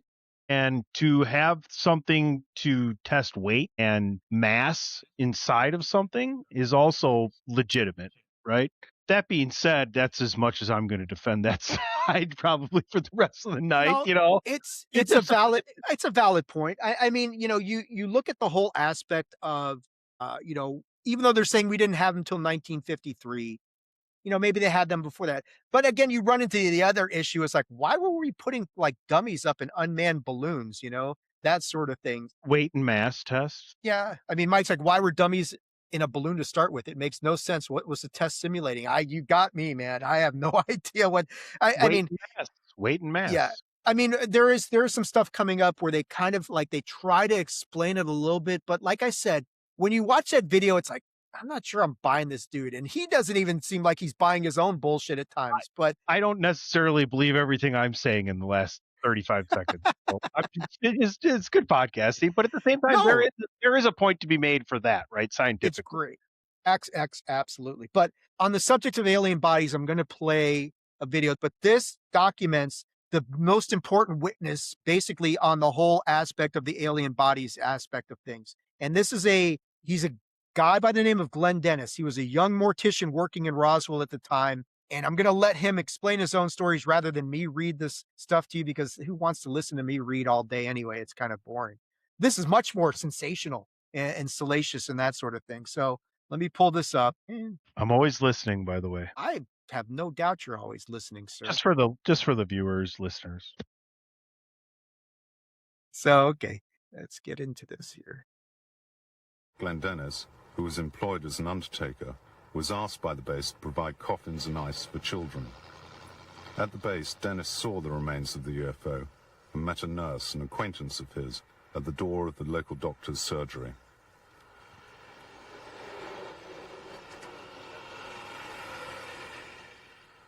She said, you're in, get out of here as fast as you can, because you're in a lot of trouble. You will be in a lot of trouble. But then she went on across, and in the meantime, she was having difficult breathing. Next morning, about 11 o'clock, she calls me and said she had to talk to me. She said, we have to get together. She informed me that this lady was still crying, and she was still upset, and her face was all scratched, and her hair was messed up and everything. That she said she hadn't slept all night, and she was, she didn't know what was going to happen. She said that in one crash bag there was 2 very mutilated small bodies, and she explained that they had the hands were severed on one. The doctor would take a long forceps and turn it over. They explained that there was 4 fingers, very fragile. They had little pads on each end of the 4 fingers. And the way the doctors described it, that it looked like there might be little minute suction cups in those pads. Then she explained to me that they had a very large head that were flexible like a newborn child. The eyes were very large. They did not have a bridge. The face was concave. They had 2 orifices. The mouth was only 1 inch. There was no teeth or tongue. They did not have the ears, as we know. They had 2 ear canals, a double ear canal, not just 1 ear canal. What she did, the night before, she drew me a small diagram on the back of a prescription pad that she always kept in her uniform there. And she did the best she could on the drawing of the head and the little arms, and explaining to me what it was. She gave it to me and told me that she wanted me to have it, but that I would never reveal where I got it. I mean, that her name, she did not want to be involved anymore in this, and all. And I gave her a sacred oath that I would not reveal her name. And that was the last time I saw her. I called out the next day, and they said that she was transferred out that afternoon. They don't know where. About 6 weeks later, I get a letter from England. About 6 weeks later, my letter came back, and down on the corner it said return to center. Then it had in the red letters deceased, and it was sent back to me. Couple of things here. Let's see. Mike raises another good point here. Other than trying to send a monkey to space and the ship crashed, 3 foot small, 3 foot casket. What would you need that for any other reason? So if this is true, did they bury these beings? Or did they take them to Area 51 or something like that? And Nick, to his point, is like, yep, think Glenn Dennis encountered Air Force OSI. Absolutely. Well, in that respect, I guess we'll just keep on. I don't know. Wait, they're saying I'm back now. Mike's saying I'm back. I got to look. What? All right, let's see what's going on here. Let me see. We're back. We're there. We're there. Wow, that is very interesting. I have no idea what violation that could have been. I'm trying to figure that out. That is very controversial. We're approaching the truth, Dave. We were approaching. We're getting too close to the truth. Yeah. It's at the bottom of this Yeah. flat, I'll tell you that. What? Yeah, thank you, Mike, for letting me know. I'm like, what the hell is? Because I was looking at the violation. It's like, wow, what did we? I'm like, I'm not sure what we were violating. I mean, none of that stuff's really copywritten. It's freaking 20. It's like 30 years old, for Christ's sake. I don't know how any of that stuff would be copywritten. But anyway, that little weirdness notwithstanding, I'm still here for you, brother. I appreciate that, and I see that Mike and Nick are still here as well. Yeah, I have no idea what that is about, but yeah, I think Mike may be right. They're on to me, Tunney. They don't want the truth to come out. But yeah, Nick's like, what the hell? It's you Yeah. got me, Nick. I'll see you Sunday, Dave. Exactly. They suspend the stream and then reinstate it. It's like, well, at least they reinstated me, which is better than Elon's. Guess Anyway, who's back?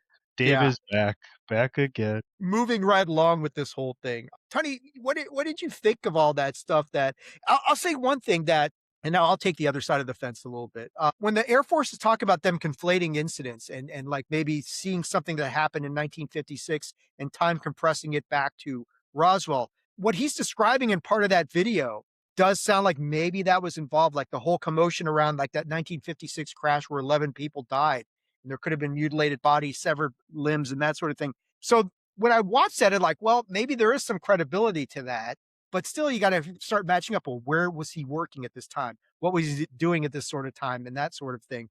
So I don't know. Yeah. That's right, Mike. You tell him you can't do anything to me to a civilian. Yeah, that didn't, it didn't turn out so well for Glenn Dennis. So yeah, exactly. So thank Mike, you're instilling me with a lot of confidence to continue on with this stream, but we're gonna keep going. Tunney, I want to go back to you. Your thoughts on what Glenn Dennis had to say there. I mean, it's an interesting story, and of course, the fact that the nurse reveals this to them, and then she just dies in a plane crash a few weeks later. You know what's hilarious is in my brain goes to what's the basketball movie that Will Ferrell did where he wrestled the bear? Semi-pro. Yeah. Yeah. So like years later, that bear killed its trainer. Yeah. Exactly. You never can tell. You know, it just drags you all over the road. You know what I mean? And it makes it hard to like definitively take a stance, in my opinion, when you bring up stuff like this. I don't know if I can go any deeper than that. You know, we've been talking about a whole lot of different stuff today, but it's tough. I'm firmly believe that there are cover-ups, 100%, without a doubt. And if you can't grasp your mind around that, you can't really understand what's going on, in my opinion, because something's being taken care of. We talked about how something was supposed to go to the most renowned site for, testing things, and it doesn't end up there. Well, obviously, people in charge had two different agendas, right? And that's the whole thing. There's two different agendas here. That's the biggest takeaway I could take. Yeah. Yeah, there's definitely a two different sides of the coin on this one. Mike is saying, wait, there you go. Never understood how he ended up inside when they noticed him. It was surrounded by MPs. Yeah, it's interesting. He just kind of rolls up on this whole scene and all this chaos is going on, and he just kind of walks down the hall and says, "Hey, I'm with the funeral home," and they're like, "Get the hell out of here!" But yeah, like, why did they let him in? I mean, maybe security was much more lax back then, that sort of thing. But still, if you've got an event of this magnitude going on, you would think that place would be on lockdown. Did maybe he drop the line, "Hey, I'm Marty. I'm here to fix the flux capacitor." And they were just like, "Yeah, oh, cool. I never heard of that before. Go ahead." McFly Industries. Cool. Yeah, head on in. Walks in and says, "Gray's Sports Almanac." And they said, "Oh, yeah, come on in." Cubs win in 2016. Exactly. So, I mean, for the people who buy into this and this whole alien thing, Dennis is he's vitally important because his account places him. It's the bodies are happening not out in the middle of the desert, but now we're in a base hospital system. There's specific references to caskets, embalming, medical personnel. They're coming out of the room. There's noxious fumes that are overwhelming people, which is similar to the Varginha event from Brazil. Tunney, you remember Moment of Contact where we covered that a few months back?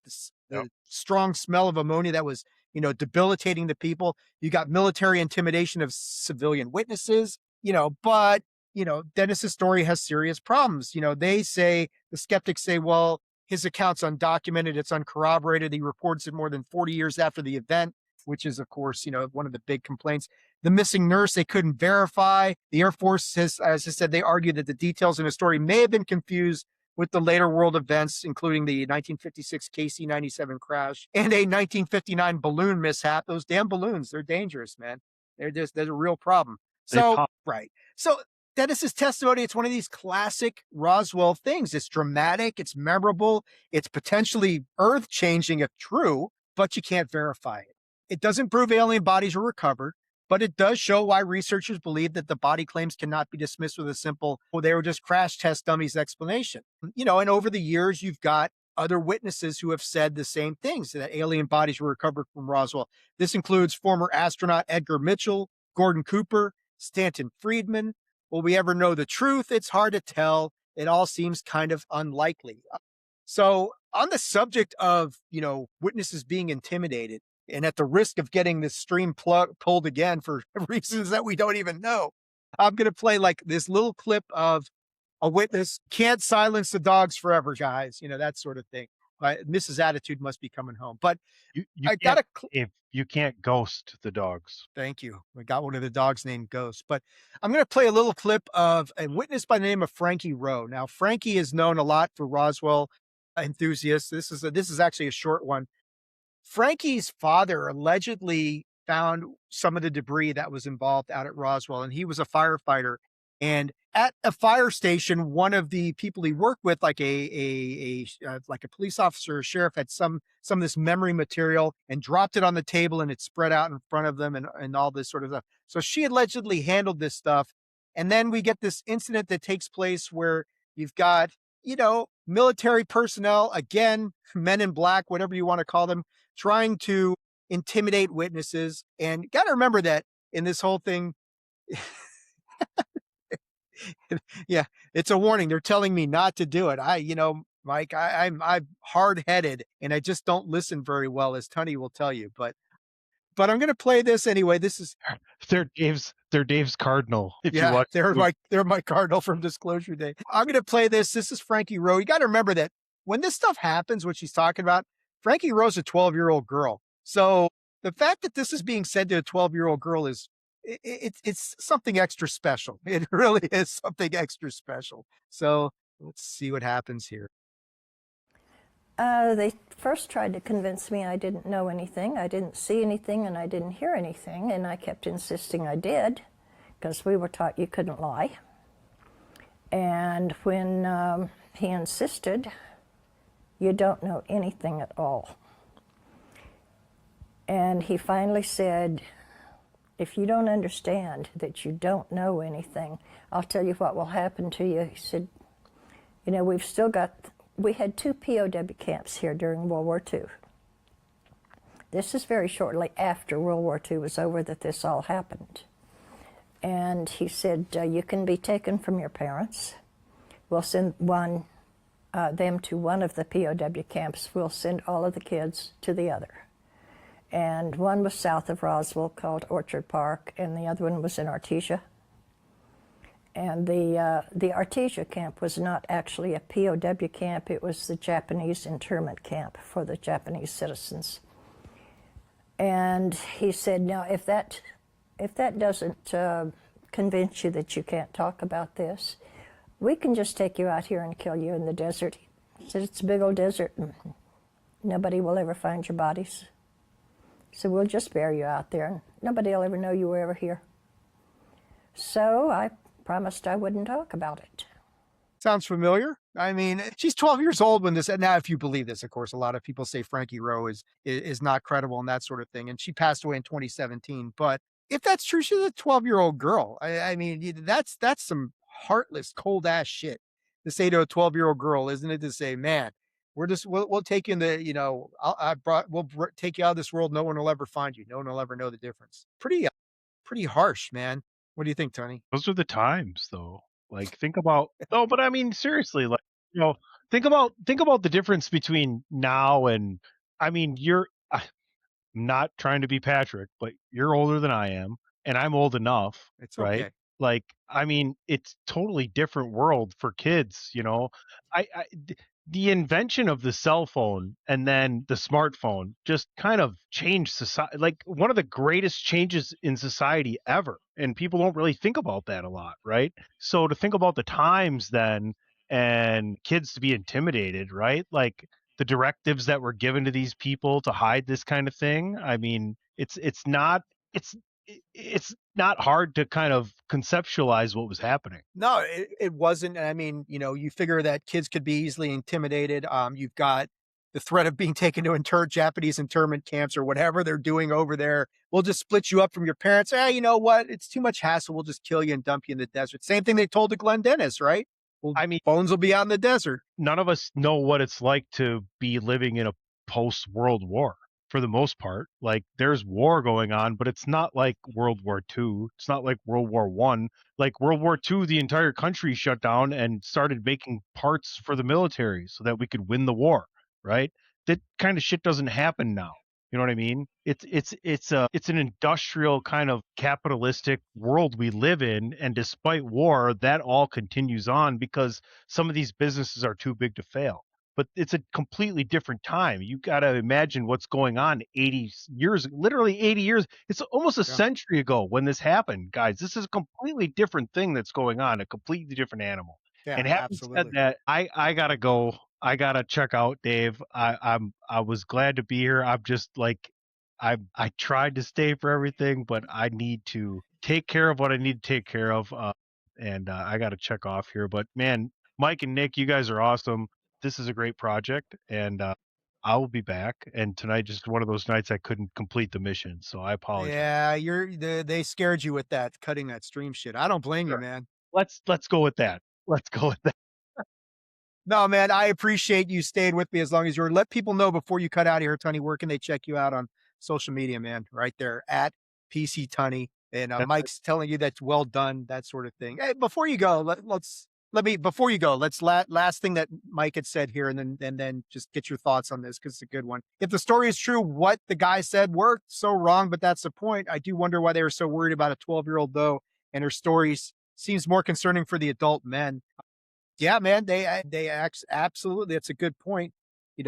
What they said worked. She shut the hell up for many, many, many years. So apparently a lot of the witnesses were all shut up for many, many years. And I think that was the whole point of that whole thing. So Tony, you're getting love from Mike and Nick. I just wanted to, if you had any final thoughts on that before you cut out of here, my friend. No, let's keep this going, and it's a great project, and every time we show up here, Dave's the star, man. You guys seen the stuff he puts together and how he does it, and it's amazing. So I always love coming on here and learning. That's why I'm here. I'm here to learn and just make up your own mind. Don't let somebody else make up your mind for you. Take everything with a grain of salt and do your research, and I think that's the best thing you can do. So I love you, Dave. Boys, be good. I'll talk to y'all soon, and I will listen to the rest of this tomorrow. So assuming it's there. Yeah, but yeah. Great point. Great point. All right, brother.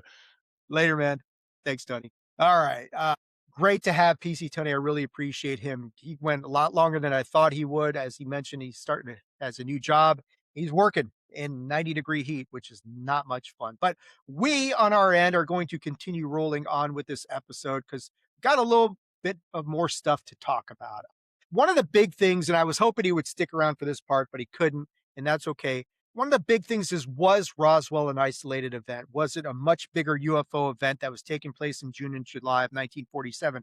And we talked about that with the Kenneth Arnold episode and the sighting in part 1 of the summer of 1947 discussion. And as much as Roswell is seemingly a isolated event and just kind of like this standoff, like separate sort of thing, it really wasn't. And we talked about, Kenneth Arnold, you've got that United Airlines Flight 105, and you've got whatever may have happened at Maury Island. But there's some other stuff that's going on here tied into Roswell that I wanted to talk about because it does create a bigger sort of picture as to all of the events that are happening. So the first one I want to talk about is July 7th, 1947. This is out near Fort Bragg out here in California, up on the northern coast. And I got this from Richard Dolan's excellent book, A History of USOs, Volume 1. And he describes an event that took place in the Pacific Ocean near Fort Bragg. 2 witnesses are surf fishing on the water. At about 3:10 p.m., they notice a flat, glistening object moving towards them from out over the ocean. They indicate the object was falling rapidly, hit the water with a massive splash about a quarter of a mile offshore. A humming sound was noticed just before the object hit the ocean. Now, this object floats for a short amount of time, and then it disappears. The witnesses believe the object was round, but they could not be sure. However, the fact that the object floated for a bit before presumably sinking lightly rules out a meteor or a similar object. Dolan gave this evidence a rating of 8 out of 12, categorizing it as solid. Yeah, everybody had to roll. Thanks for sticking around, guys. Appreciate it. It's always good to have everybody in here, and I know this episode is going to be a little bit longer because there's a lot of ground to cover. So, turning back to this Fort Bragg event, if the Roswell crash occurs on July 2nd, which is what a lot of us believe, was this object an example of another crash occurring several days later, roughly 1,400 miles to the west? If it is another crash, then why? So lightning's not involved in this event. This is kind of far enough away from any sort of nuclear testing that you start raising questions. Well, what might have been going on? But then we have this event going on 500 miles to the east. This one is much more involved.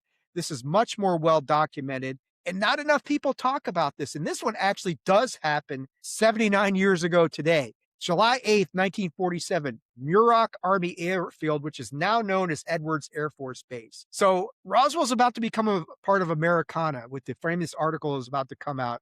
There's a startling event that's unfolding in California's Mojave Desert. And these over at the Muroc Army Airfield in July 8th, 1947. A lot of the information about this comes out in a document from August 14th, 1947, when Muroc's intelligence officer, I wonder what way the jet streams were blowing out of Roswell and what speed. That's a good point as well. But this Muroc Army Airfield, so this information comes out in this August 14th, 1947 document, and they're talking about flying discs. And the final case synopsis said that on July 8th, around 10 o'clock, 2 incidents occurred near Muroc Flight Test Base, and that no further investigation was being considered by that headquarters. I have to see what that was. The strongest cluster begins around 9:30 to 10 o'clock a.m. Lieutenant Joseph C. McHenry, who's the billeting officer, said he sees 2 silver objects, either spherical or disc-like, moving at roughly 300 miles per hour or less at an altitude of about 8,000 feet. He calls several others outside. They also report seeing the object. McHenry specifically stated that they were neither aircraft nor weather balloons, partly because of their speed and direction relative to the prevailing wind. A few minutes later, McHenry and others report a third object, also silver and spherical or disc-like, making tight circular movements over the north end of the base. This is one of the more interesting parts of the case because the witnesses describe maneuvering, not just a bright object or a bright light drifting across the sky. So Scott's statement likewise described 2 silver disc-like objects flying toward Mojave, followed shortly by another similar object flying in a tight circle at about the same altitude. Anybody who's been out by Edwards Air Force Base knows that you will see weird stuff out there of the aircraft type. The first time I ever saw the stealth bomber, it was out there, and I was like, holy shit, I'm actually seeing this thing. It was broad daylight. So you will see interesting stuff. Anyway, at around 11:50 a.m., Captain John Paul Strapp was in an observation truck at Rogers Dry Lake Bed for a P-82 ejection seat experiment.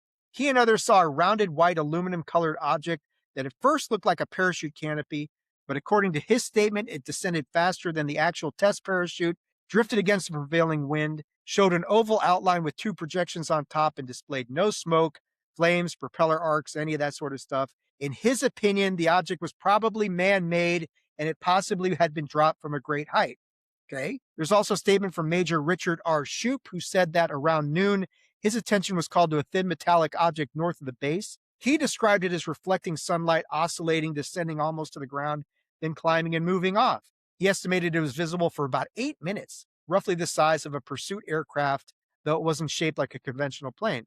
Now, one wrinkle, Major J.C. Weiss, who's a test pilot, gave a statement describing an object he saw while he was running up an XP-84, but he said it was on July 7th, not July 8th.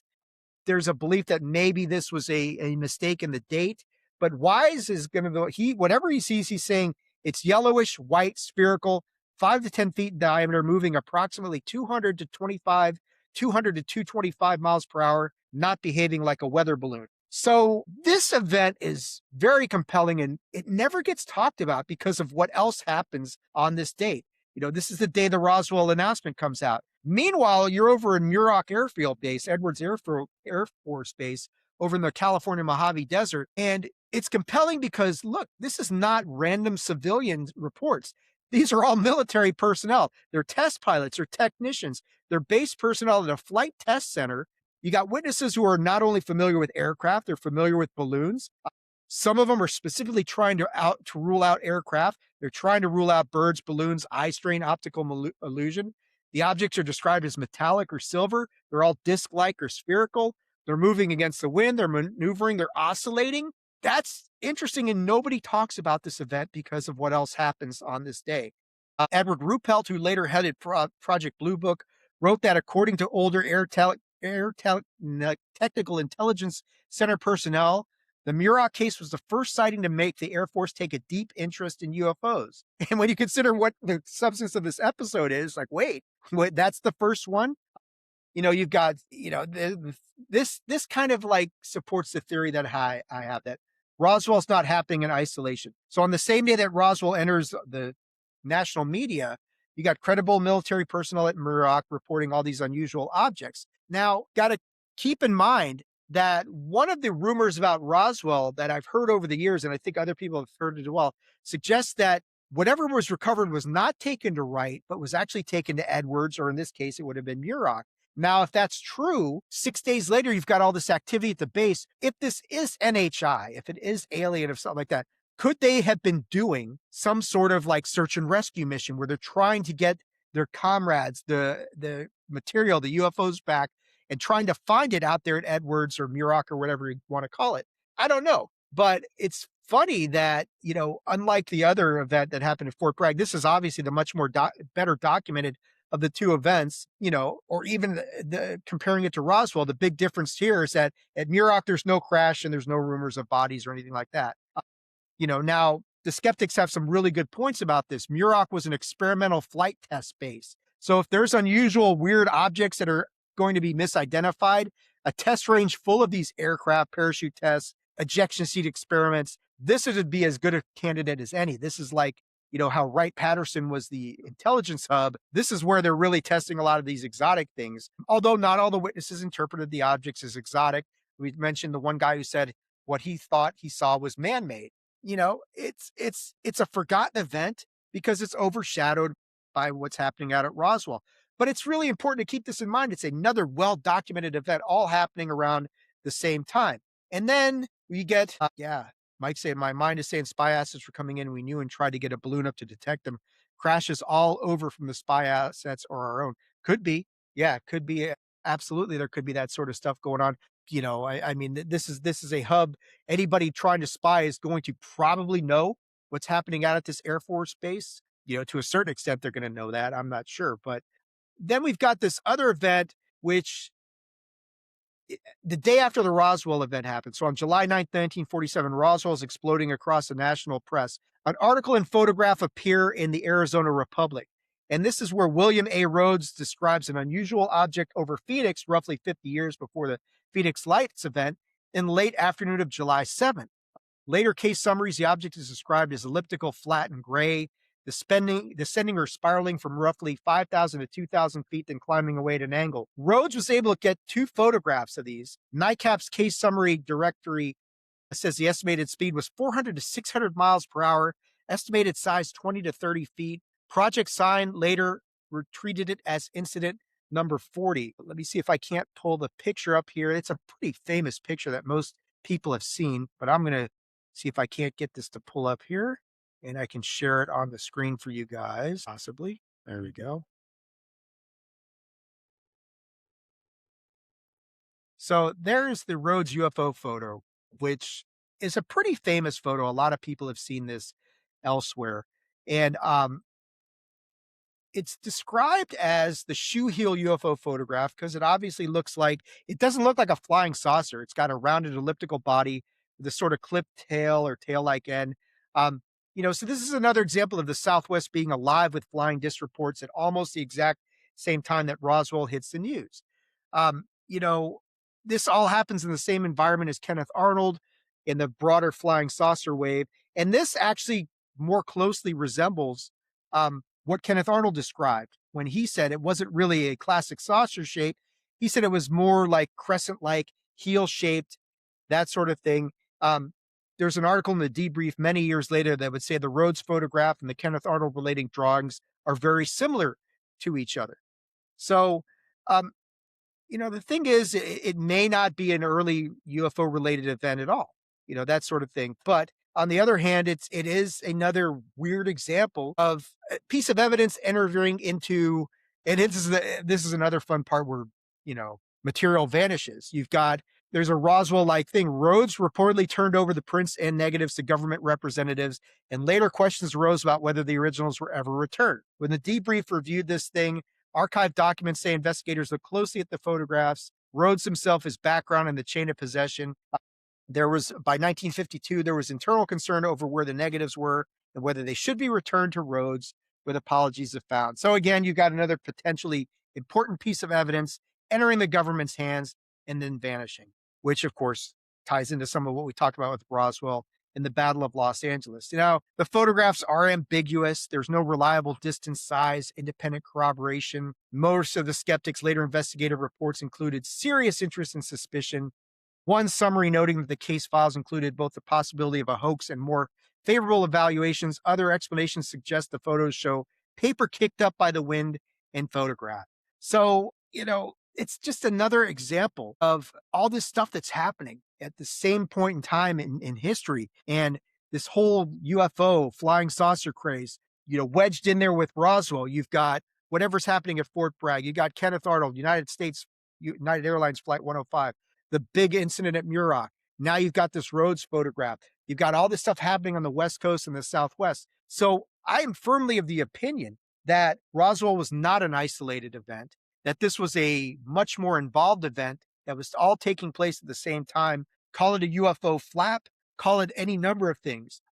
But something was going on out here. Roswell may have been the only one that involved an actual crash and recovery, but that doesn't mean there's not all this other activity happening at the same time. So it's all something worth considering and, taking into consideration as far as the grand scheme of everything. So at this point, let's talk about Project Mogul, because I've mentioned that earlier, and I think you can't talk about Roswell without talking about Project Mogul, because this is the government's official explanation of what happened out at Roswell. And as it's well known, from 1947 to roughly 1994, the government stuck with its story that what happened at Roswell was a weather balloon. What is now undisputed, though, is that the government did, in fact, lie about what crashed at Roswell, although the skeptics would claim this is more a case of semantics than outright deceit. So in the 1990s, you had congressional interest from Representative Stephen Schiff of New Mexico. Because of that, the Air Force and the GAO revisited Roswell.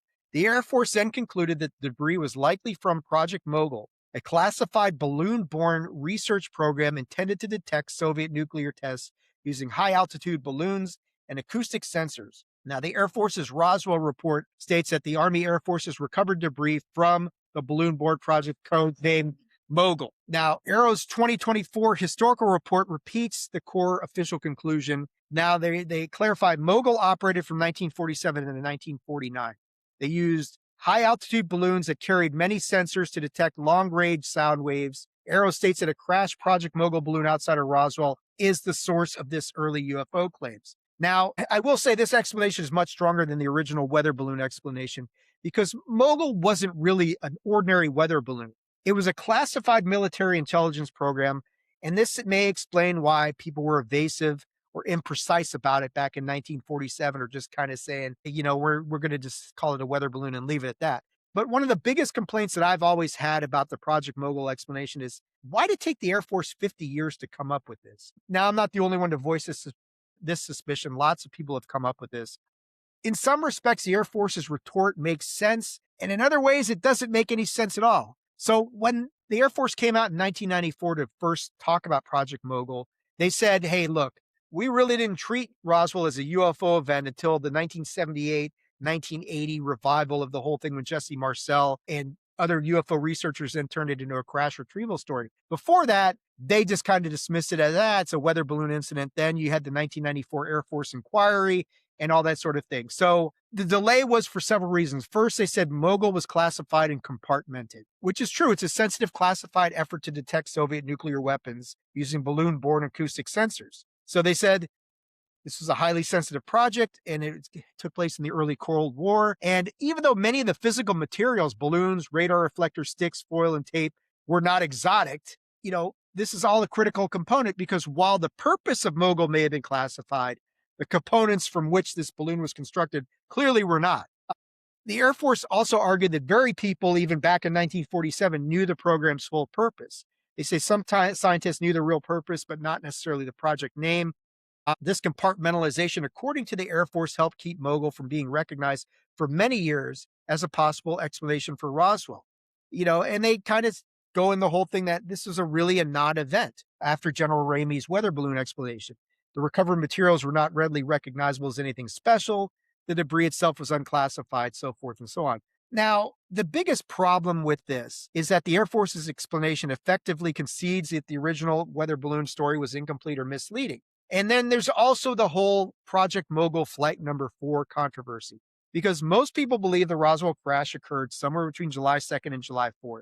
The Air Force's Mogul explanation pushes that back even farther. And the Air Force concluded the debris most likely came from Project Mogul Flight Number 4, which allegedly launched on June 4th, 1947. Now, in this version of events, Brazel's debris was balloon train material that came down weeks earlier, and the July 8th excitement was just the point of which the debris entered the public and military channels. The Air Force report also emphasized that Brazel's July 8th statement would place the debris recovery actually around June 14th, which is about 10 days before the Kenneth Arnold sighting, which is also going to rule out a July crash event under the officials' theory. But it does sound a lot like Manhattan Project type of U.S. military security and covering up tech, or it's just them lying. Yeah, exactly. Could be either or. That's very true. The Project Mogul Flight Number 4 aspect, there's a problem with this because there's a belief that Project Mogul Flight Number 4 never happened, or at least not as the government claimed.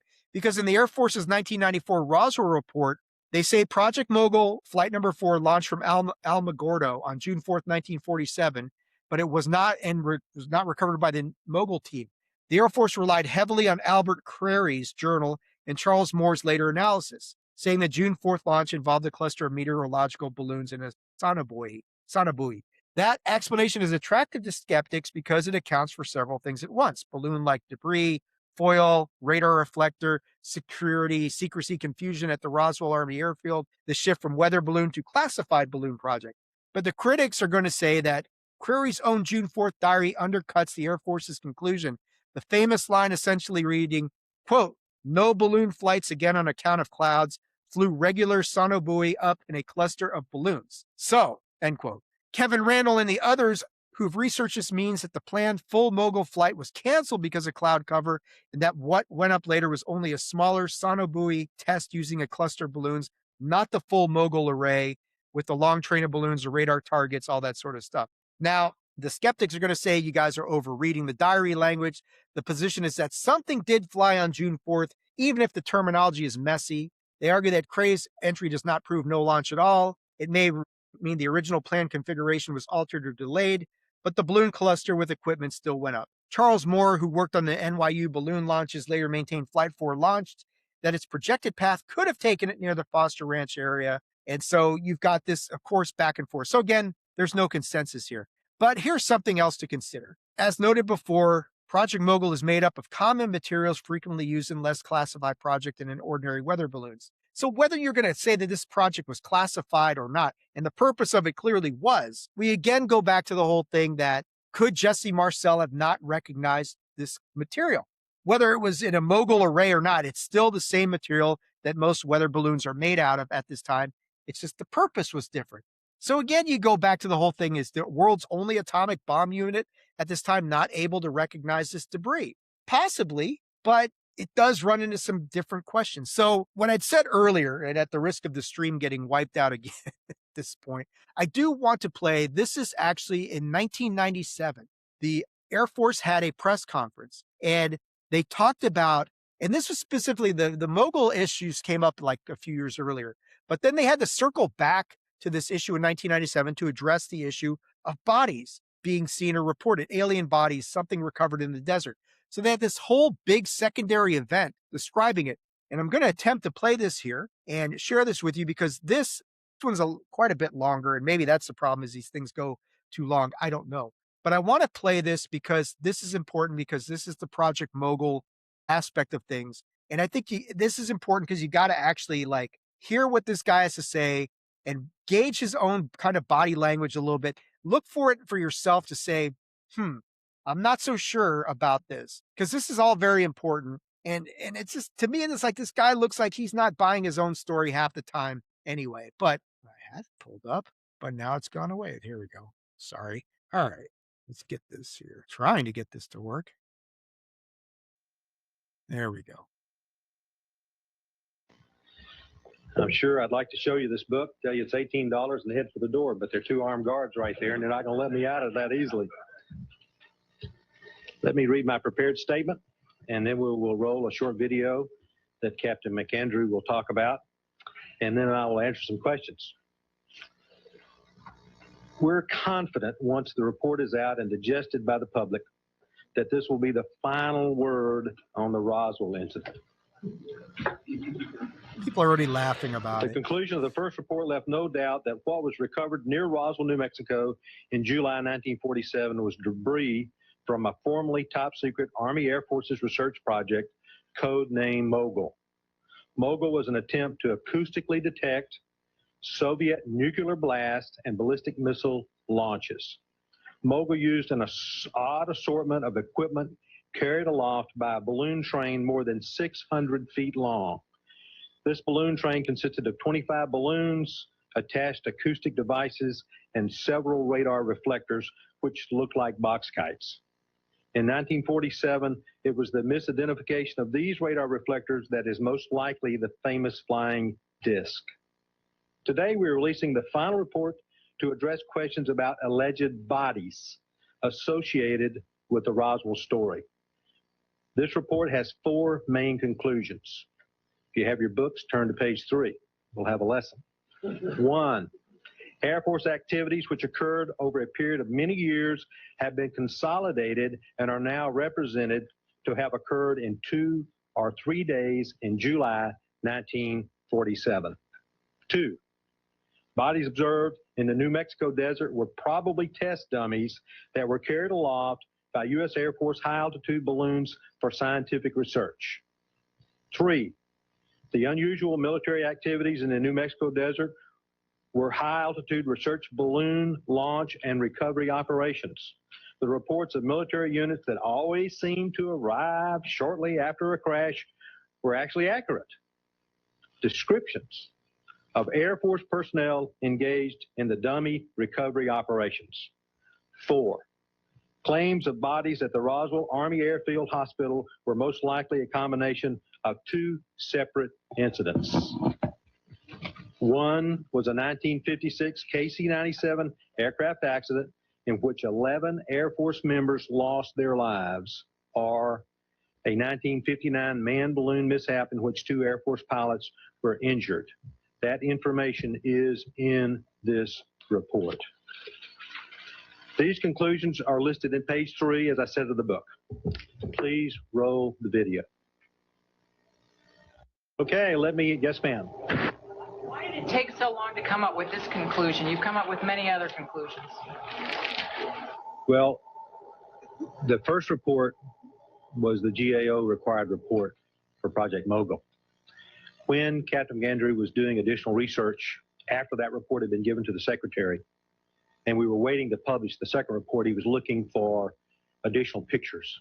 And he uncovered some film strips of the balloon test and the dummies. And that's when he began to do further research. He sent it up the chain, and they said, this is excellent information. It's outstanding scientific research by the Air Force, and we want the public to know about it because it's the public's information.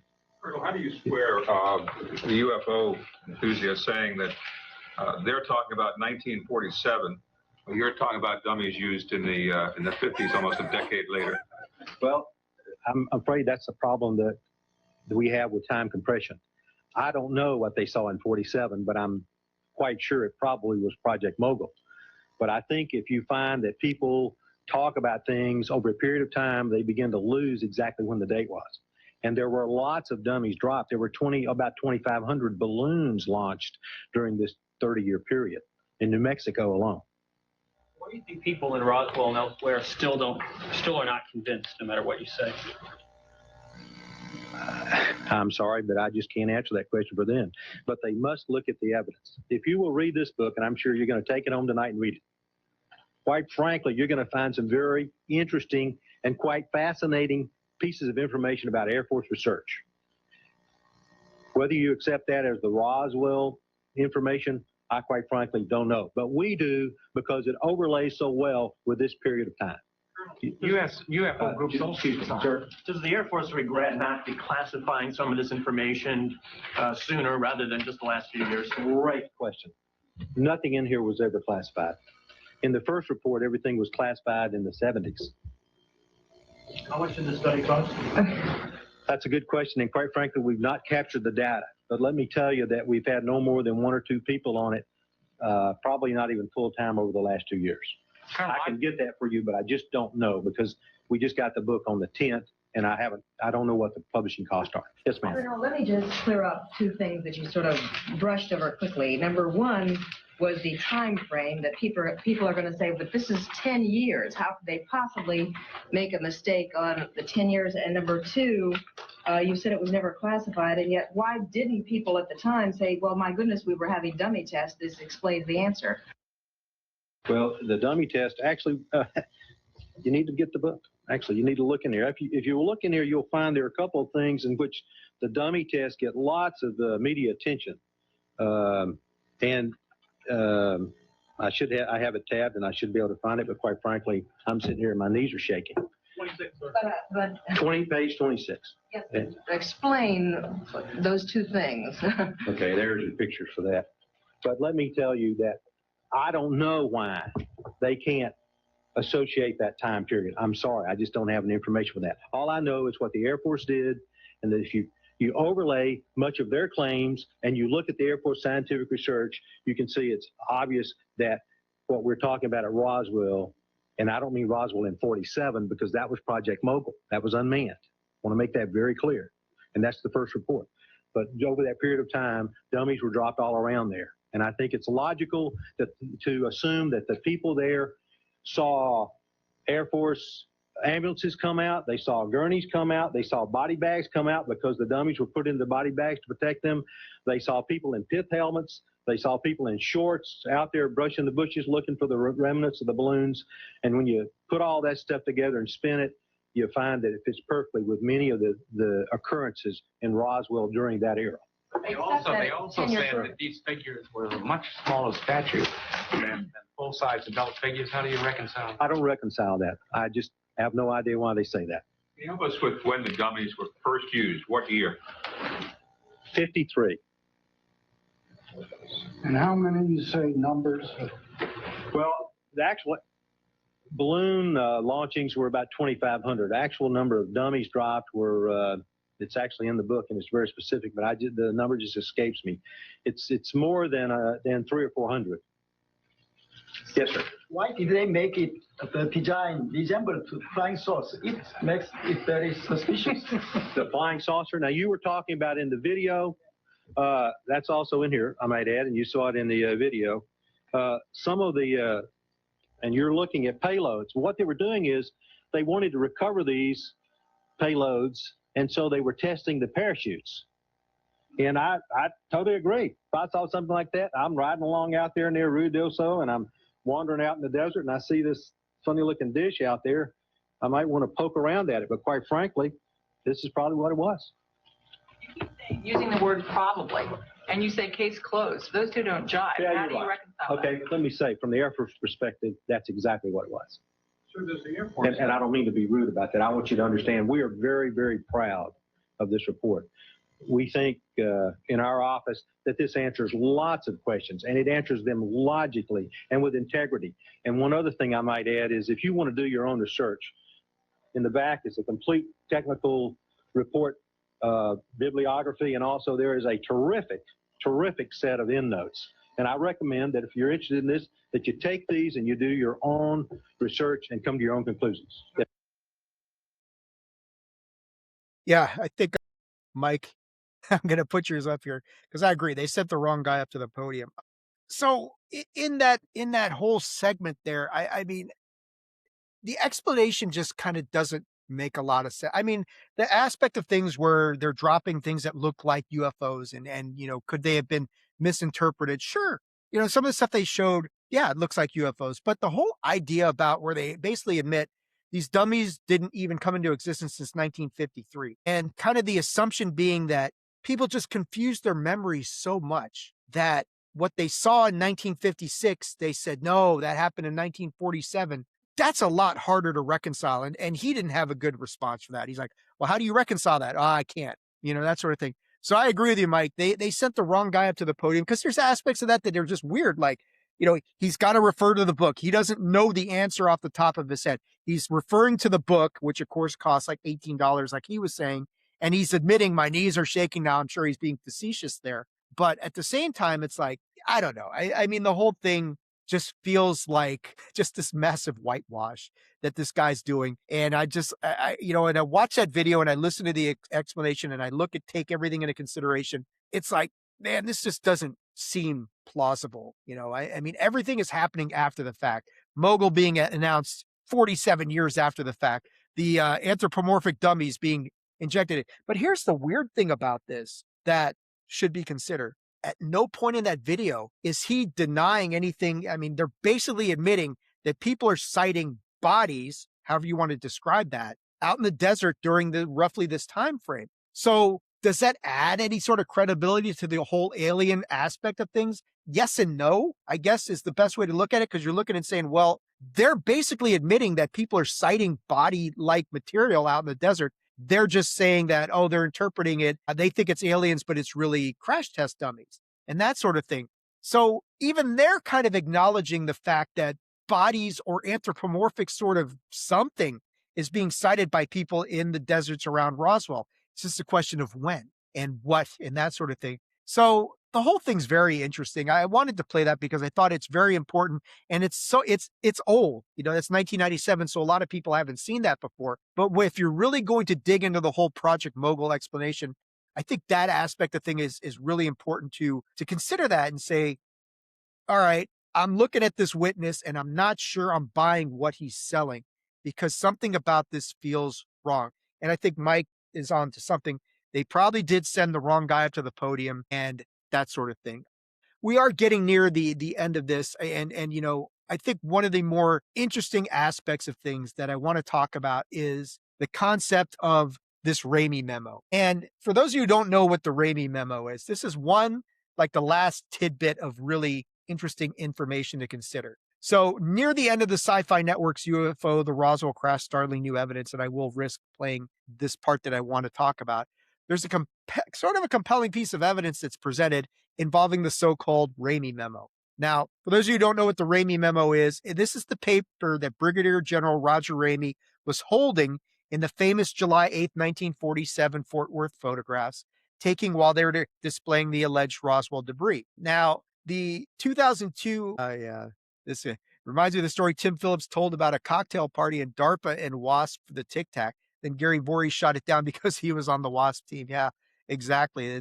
There's so many aspects and layers and nuances to all this stuff, and Roswell is one of them as well. But getting back to this whole aspect of this Ramey memo. So in 2002, there's a study that describes a photo showing Ramey near the remains of the weather balloon and the radar target with the document in his hand, and some words appear visible. Now, as we're going to look at in this video, David Rudiak, he took the photograph of this and he ran it through a 2002 technology, like word recognition sort of thing, to try and figure out what's on this video. Now, the Air Force, as you'll notice, they'll say, we never saw anything. We couldn't discern anything from this whole thing.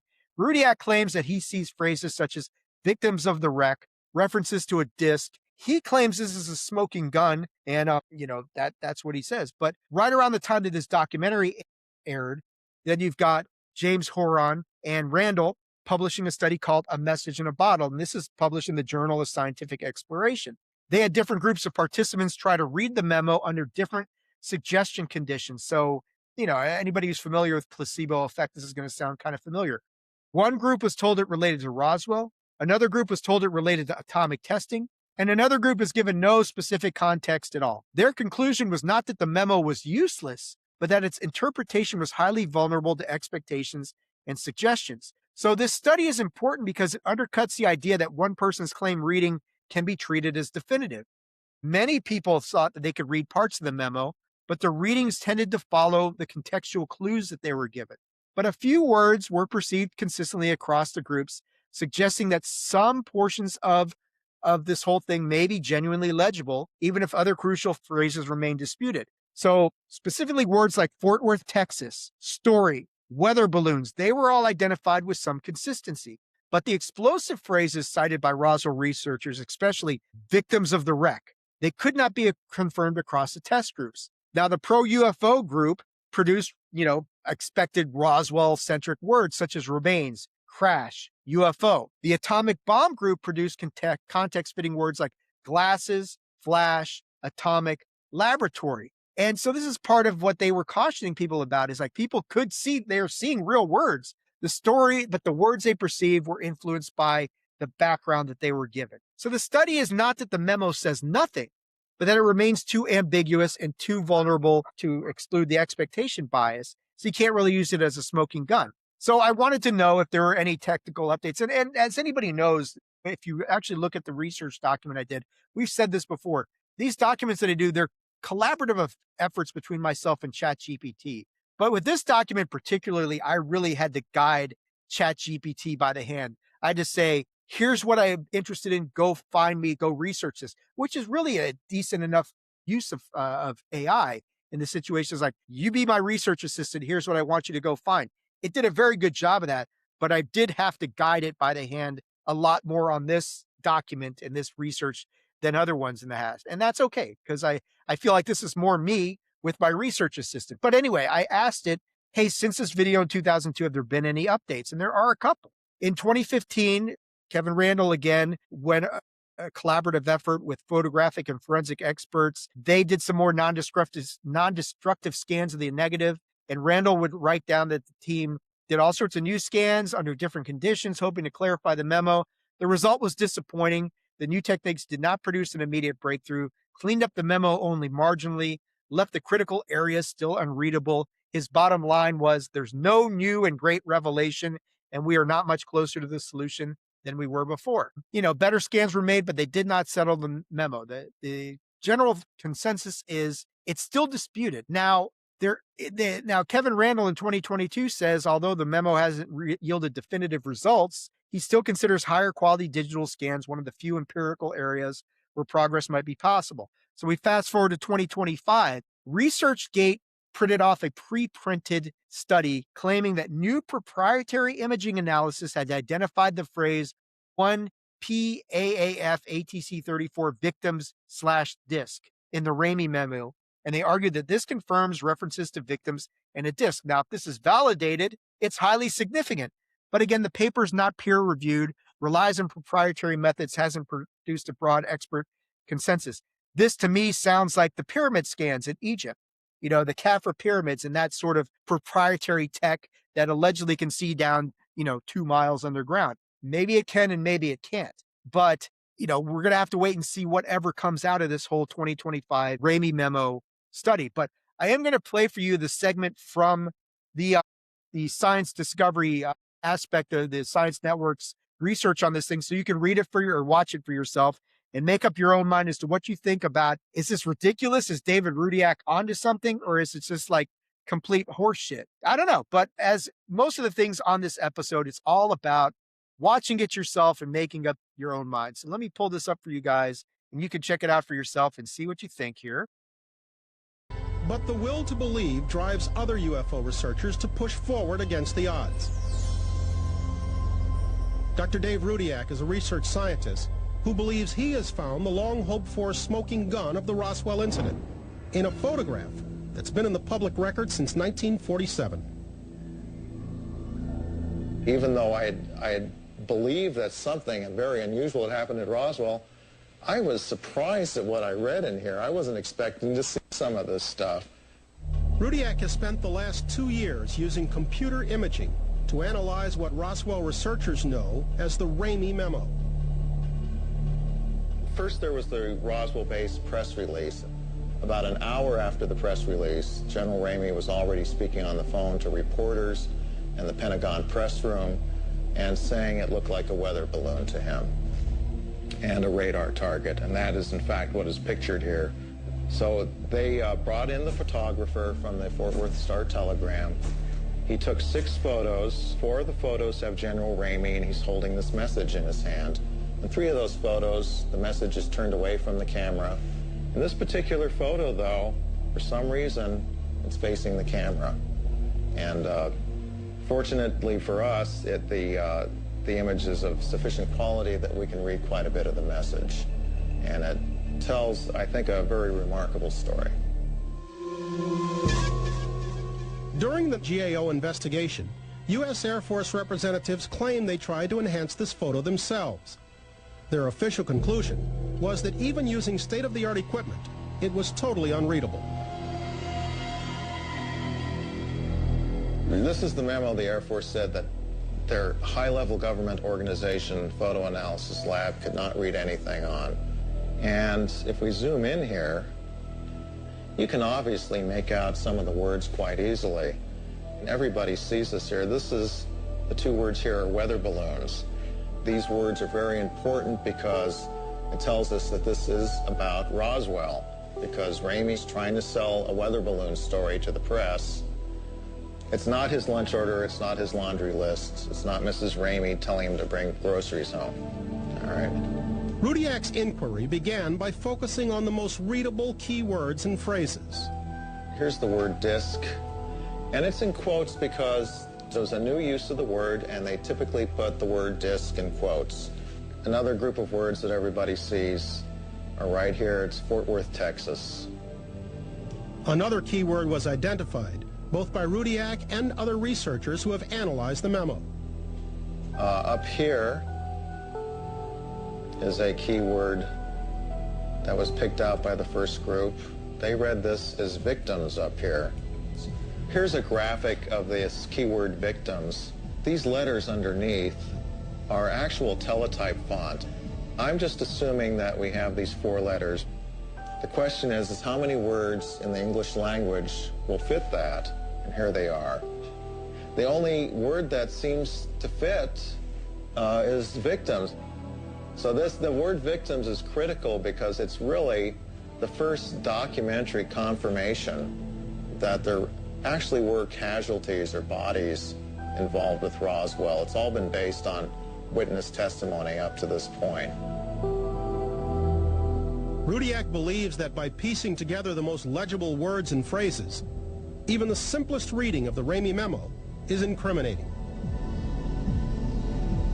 Of course, if you have this phrase up here, which is in the first paragraph, says, and the victims of the wreck. If there were victims, this can't be explained by a balloon crash. They used to get the press off their backs.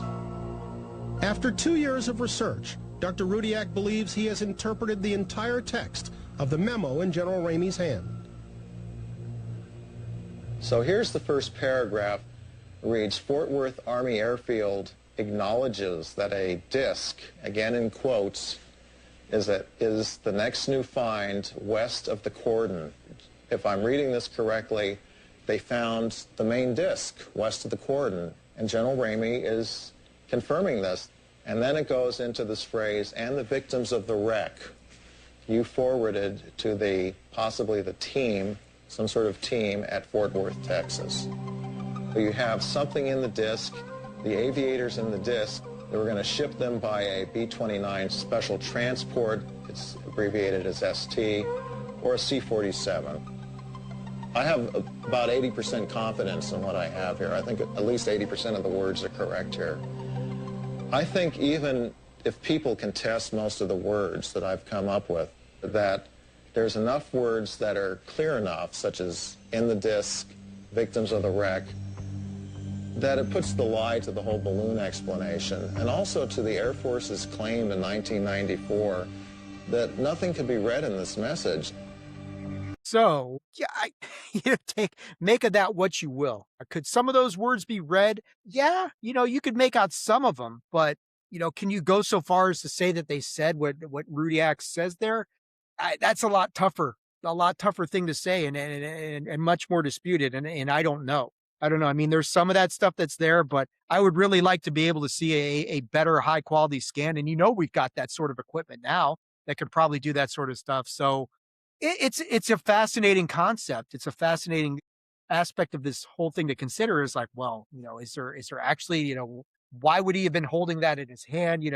Why would he have been taking up if he has got this smoking gun in his hand? Why would he have been holding it in his hand other than, of course, he's not thinking that 60 years later, somebody's going to be doing a digital scan of everything that he's got and try to figure out what this memo says. So there could be that as well. But guys, that kind of brings us to the conclusion of this whole sort of thing. And we've talked about a lot of stuff tonight, went through everything on the Roswell thing. The conclusion is really that you can't draw any sort of true conclusions on this sort of thing. There are, as we've said time and time again, lots of evidence on both sides of the fence that support whatever theory you want to come up with, whatever you think happened at Roswell. If you're a believer, there are strong things you can point to that say, see, something happened. If you're a skeptic, there are equally strong things you can point to and say, see, nothing happened. That sort of thing. All we know for sure is that something did crash in that New Mexico desert. Now, what it was is the big thing. Was there a cover-up? That's a little bit different story entirely. Doors are open for a guy to look and see the bodies, and this guy with the memo in his hand, it does seem like intentional sorts of things to let people see or read. I don't know. I mean, they either there is, and maybe one of the theories is that this is a psyop, that they wanted people to see what they wanted people to see, and that they left this thing open for people's interpretation. And maybe that's the case, of course, that raises the question, well, like, why? Other than, we've got some real experimental stuff we want to get out there. Let's, blame it on flying saucers, which kind of goes back to sort of to the Wall Street Journal article from last year saying, Yankee Blue and that whole thing that this was all or not Yankee Blue or whatever it was. Is Yankee Blue, is that Lukatsky's program? I don't know. They've got so many weird code names. But whatever the project was that, that it was all a government psyop being perpetrated to cover the real tech we were working on. Maybe that sort of thing. But I'm going to play one last video clip for you that I think is important. And of course, Stanton Friedman is in this one, so I wanted to get him in here somewhere. But this kind of does steer more into the whole aspect of there was a cover-up of some sort going on. So we'll play this, then we'll wrap this whole thing up and get on out of here. And let me pull this up for you guys, because I think this is a good one to close out if it'll work. Which, okay, it's actually going to work. All right, let's play this, and this will be a good way to end this. Many investigators believe that the ultimate proof of extraterrestrial visits can be found in Washington, D.C.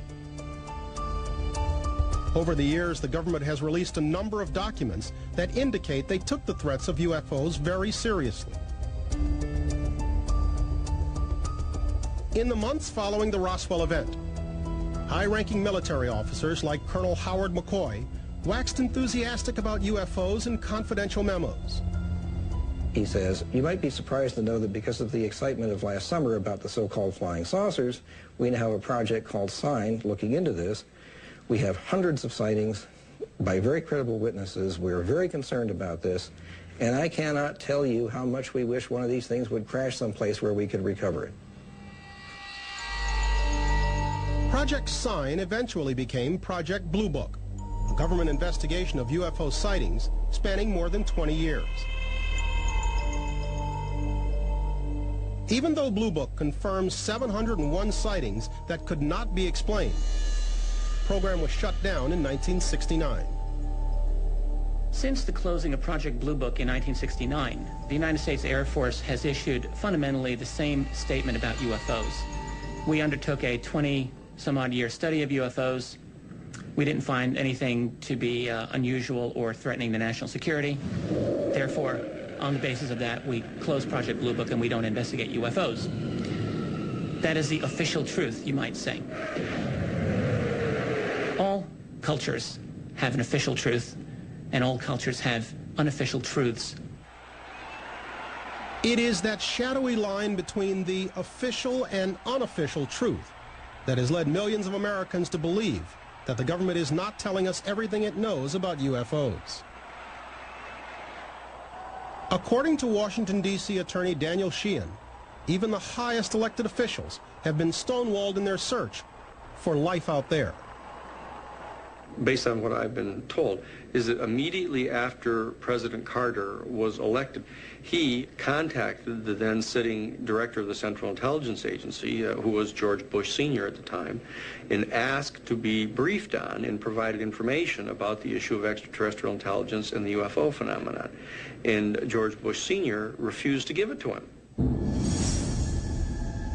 While working as a special consultant to the Congressional Research Service, Sheehan gained access to classified sections of Project Blue Book. That's where I actually saw the photographs of, indisputably, a UFO craft that had crashed, and they had United States Air Force personnel in the photographs measuring it and taking photographs of it and everything. And I actually saw a close-up shot of certain designs, insignia that were on the side of the craft. Some kind of hieroglyphics. Recently, Mo Cox, a retired United States Air Force sergeant, came forward claiming that he too saw classified photos from Project Blue Book. This is the only on-camera interview he's ever given. We were all top secret, crypto cleared, and the information that we had in our heads would have been extremely valuable to foreign nations. Major took me back, opened the file cabinet. He said, "Look here." On the front of the drawer, it said Operation Blue Book. He says, "This might interest you." In big old thick photo, Roswell, 47. One picture showed 3 dead aliens laying side by side, apparently on some kind of a canvas or cloth, and showed 2 others standing side by side. I assumed they were the ones that lived. According to Cox, the file also contained photos of the crashed spacecraft. Saucer, as they call it, was not round as it's been depicted in most cases. It was more egg-shaped front to rear, from what little I could see. The whole back right corner was missing, just a big nothing. I was counseled just before I retired that I would keep my mouth shut to what I knew, or forget it, I was Fort Leavenworth bound. I didn't want to go to Fort Leavenworth, so I kept my mouth shut about all this until, I guess about a year, a little better ago. I finally figured it's time somebody knew that it really did happen.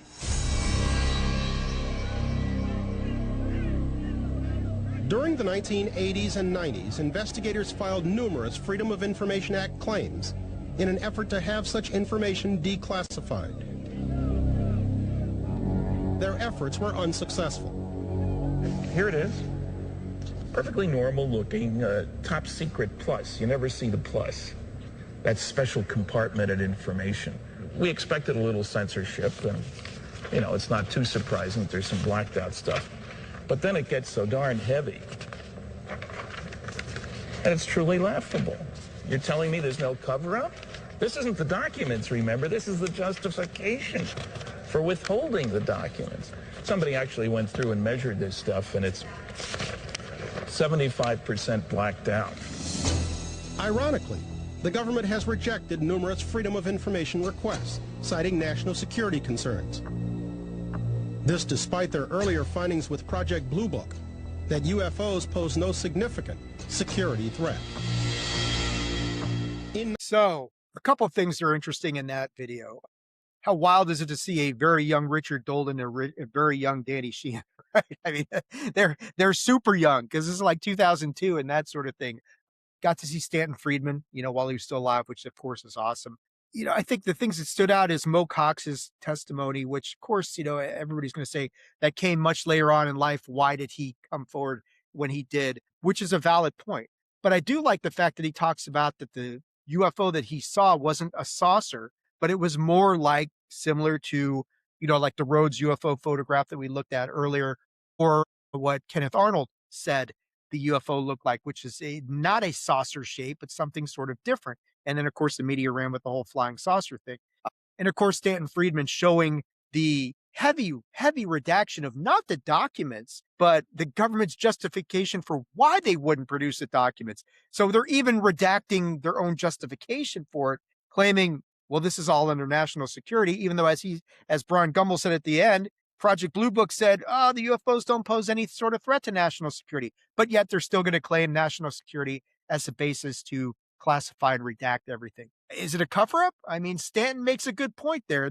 You're telling me there's no cover up, and you look at the amount of redactions on this sort of thing. So again, something's going on. And I think that's where we're going to bring this episode to a close tonight. Is I really hope in this episode that I've given you guys, anybody who's been watching the whole time, and Mike, especially thank you to you, my friend, for sticking with me the whole time, even through the odd termination of the live feed by our friends out there, whoever they may have been. But I really hope this episode gave you guys something to think about. I really hope when the official episode comes out on the website that please go ahead and download the historical case and analysis, sorry, wrong thing. It's just too far past. Yeah. When the episode comes out on the website, and I really hope that if you guys want to get the historical case analysis for yourself, it's yours. I do these things not because I am definitely not seeking compensation or anything like that. I'm just doing it to help people with their own research. So when the document comes out, it is like 25 pages long. Use it however you want. Use it for your reading, your edification. Use it for, to have your dog go to the bathroom on. I don't care. But I really I was kind of worried that too. We're heading up to Fort Leavenworth, and who knows, we may end up there yet, Mike. Don't count ourselves short. But look, I really hope that you guys enjoyed this episode, that it gives you something to think about. The conclusion to this whole thing is that there is no conclusion. We're 79 years later. Nobody knows the truth other than that something happened in Roswell. As to what it was, everything presented in this episode and everything that's talked about in the document is just going to hopefully help you make up your own mind, because that's what unidentified history is really all about. We're revisiting some of these historical cases so that you can make up your own mind, determine your own thing. Tunney's not here. So at the end of this whole thing, we always ask, is this event legit or bullshit? Roswell is such a tough one because all I know for sure is that something happened. I'm more on the believer side, so I'm going to lean more towards the legit side of things. If you're asking me on a scale of like 1 to 10, with 1 being complete and total horseshit and 10 being absolute certainty, on Roswell, I'd probably say, I'm like at a 6.5 or a 7, probably more on the 7 side, because of just everything I've seen and all the research that I did into this whole thing tells me that there's something here. I keep going back to the witnesses and their background, and they're all coming from a military town and that sort of military background. I'm still struggling with finding reasons why they would lie. Now, are there holes in their story? Yes. Are there consistencies and issues with their consistencies? Certainly. You got to look into their motivation. Why come forward when they did? I don't know.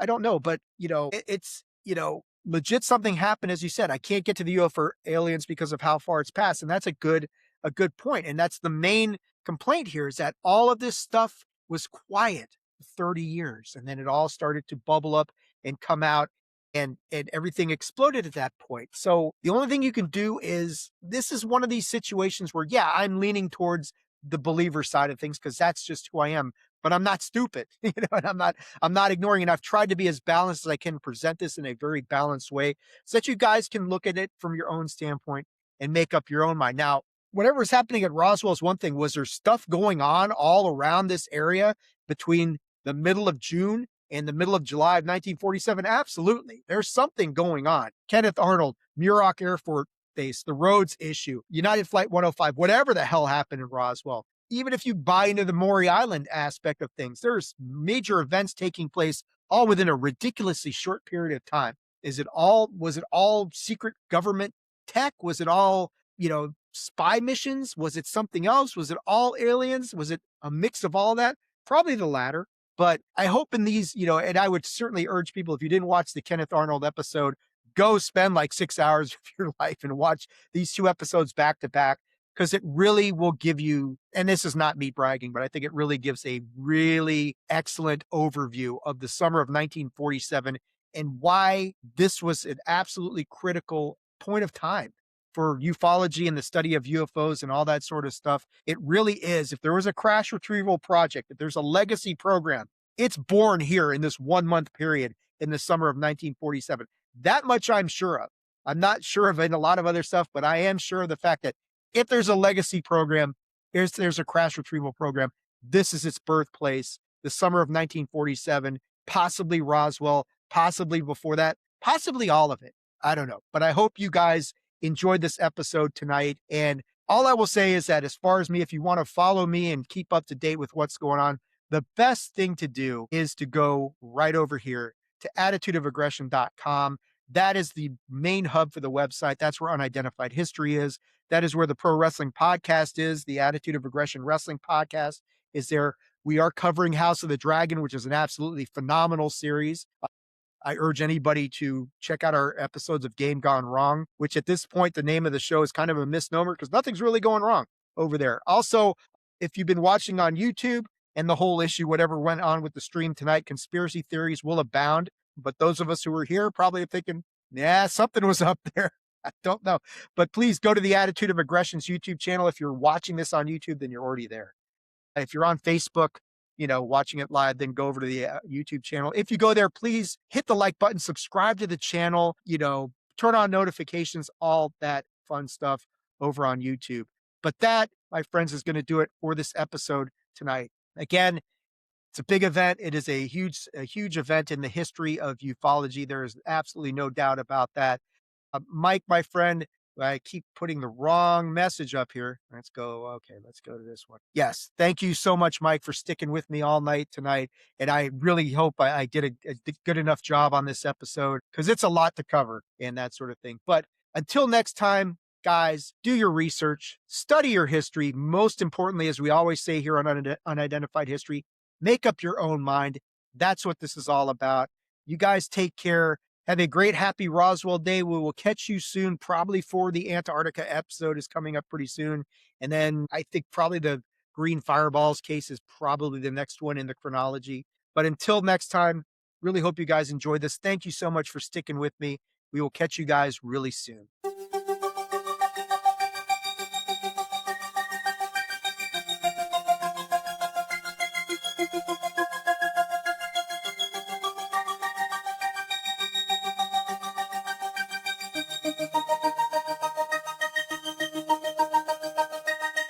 Thank you.